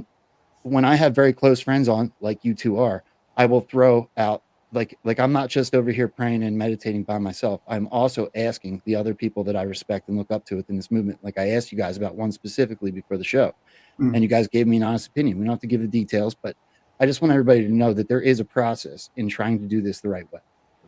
Yeah. And I appreciated your guys' feedback on that one, to be honest with you. So, for the sake of time, I'm going to ask everybody again, if you could, hit the positive affirmation button on whatever platform you're on. If you enjoyed the show and you enjoyed these guys, as I promise you, they will be back and we will continue these conversations. Hit the thumbs up, try to get us on the leaderboard. If we get to about 600 or 700 likes through replays today, it will put us up there on that leaderboard, and we're like halfway there. So what is it that you guys have going on or coming up, or anything that you'd like to promote before we get out of here? I don't really have much. It's like sitting in the inner tube at the top of the water slide. You just kind of go, well, this is going to be whatever it is. And we got nothing really planned. I mean, we talk most nights, just batting around ideas and thoughts and talking about larger patterns. But yeah, we've got nothing really planned. Can't wait to the show though. I love the show. The chat is always awesome. Yeah, we are. John and I are talking about different subject matters than most of what you see in the information space, because of all the research we've done over the last couple of years, and so it's like today stuff we talked about with banking. I've never seen anybody talk about that as a potential solution. It's just an idea I came up with, and then hit John with it. And we've been batting that around. The taxation has to be changed radically somehow. Mm-hmm. So, if anybody has any alternate ideas about how they could do that, it's a huge problem. So somehow that has to be fixed. So one thing, when we talked about that earlier, and I know we got to go, but I wanted to throw this out, that you have all these states, like I'll take my home state of Minnesota. I don't know how many counties we have, but there's a fuck ton of counties, and every single county replicates the same administration stuff, the same commissioners, the same executives and administrators. And not saying that you'd have one, there would be no more county government, but surely you could consolidate. And I would think most states would be like this, consolidate down to larger counties, because it's not as if, one county might be 15 miles wide by 20 miles tall. Well, why can't you take 6 of those? Because it's not as if you're going to be going from like southern Minnesota to the Iron Range. Like they have different issues up there. So imagine how much money could be saved in every single state, let alone the federal government. Well, and also like I come from, I spent my entire life in the computing industry. Computing is not being used very efficiently to optimize these things. In fact, I would say it's pretty much 100% crap. So there are ways to optimize how these organizations work with some real common sense implementation of things, and it's just not being done yet. So I'm working in the background on ways to optimize how all these, how all the communication happens and how the processes happen. So, but that's super forward looking stuff, and it's not something that I talk about. Well, you guys are awesome. I hate to cut it off. I could sit here and hang out with you for hours. But I was up at 6 a.m. doing this stuff, and I'm going to be working until 6 a.m. So I got to get up and get moving. I got 45 minutes till I got to take off. But you guys are the greatest. Text me if you guys have any wild and crazy ideas. You can always text me. I don't always answer right away, but I do read them. So yeah, well, we kind of went a little crazy last night in the thread between the three of us, and I realized, I said to Paul, I'm like, shit, we just vomited all over Joe's text. It's fine. It's how our normal banter ends up going. So yeah, John and I were having a conversation in a 3-way, and we didn't realize that Joe was. I was just who had cussing. All right, you guys are the best. Same thing for all you in the chat. I do see John 121878 gifted a cookie. Thank you very, very much, John. Again with some shades. Thank you very much. And I am going to release the scratching, which I always seem to forget. So let's get that done real quick. How do we get that done? Shoot. Here we go. Gold pills and the scratching has been released. All right, scratching's released for all you guys over on pill.net. If you don't know what that's about, you should get over to pill.net. It's a way that the content creators can give back for all the people that support the show. So they all get to scratch off a little scratch off ticket and win some gold pills back. It's a fun little thing that I always forget to do. But they do build up, so people should win more today than usual because I did that for the last couple shows. All right, and we will see you guys on Thursday. Absolute 1776 and Stormy Patriot Joe will be back, and there will also be a show on Friday. And then the week after that, Patrick Gunnels is on the list. Also, Sheriff Mack. I'm not sure who else, but I got to make a few phone calls. I promise you it'll be awesome. So I look forward to it. Thank you guys very, very much. Oh, thanks for having us, man. Yeah. I love this show. Honestly, I said it before, but the chat is awesome. I mean, even if we disagree, it's super respectful and it's cool. Yeah. All right. We'll see you next time, guys. Much love. Peace. See you guys.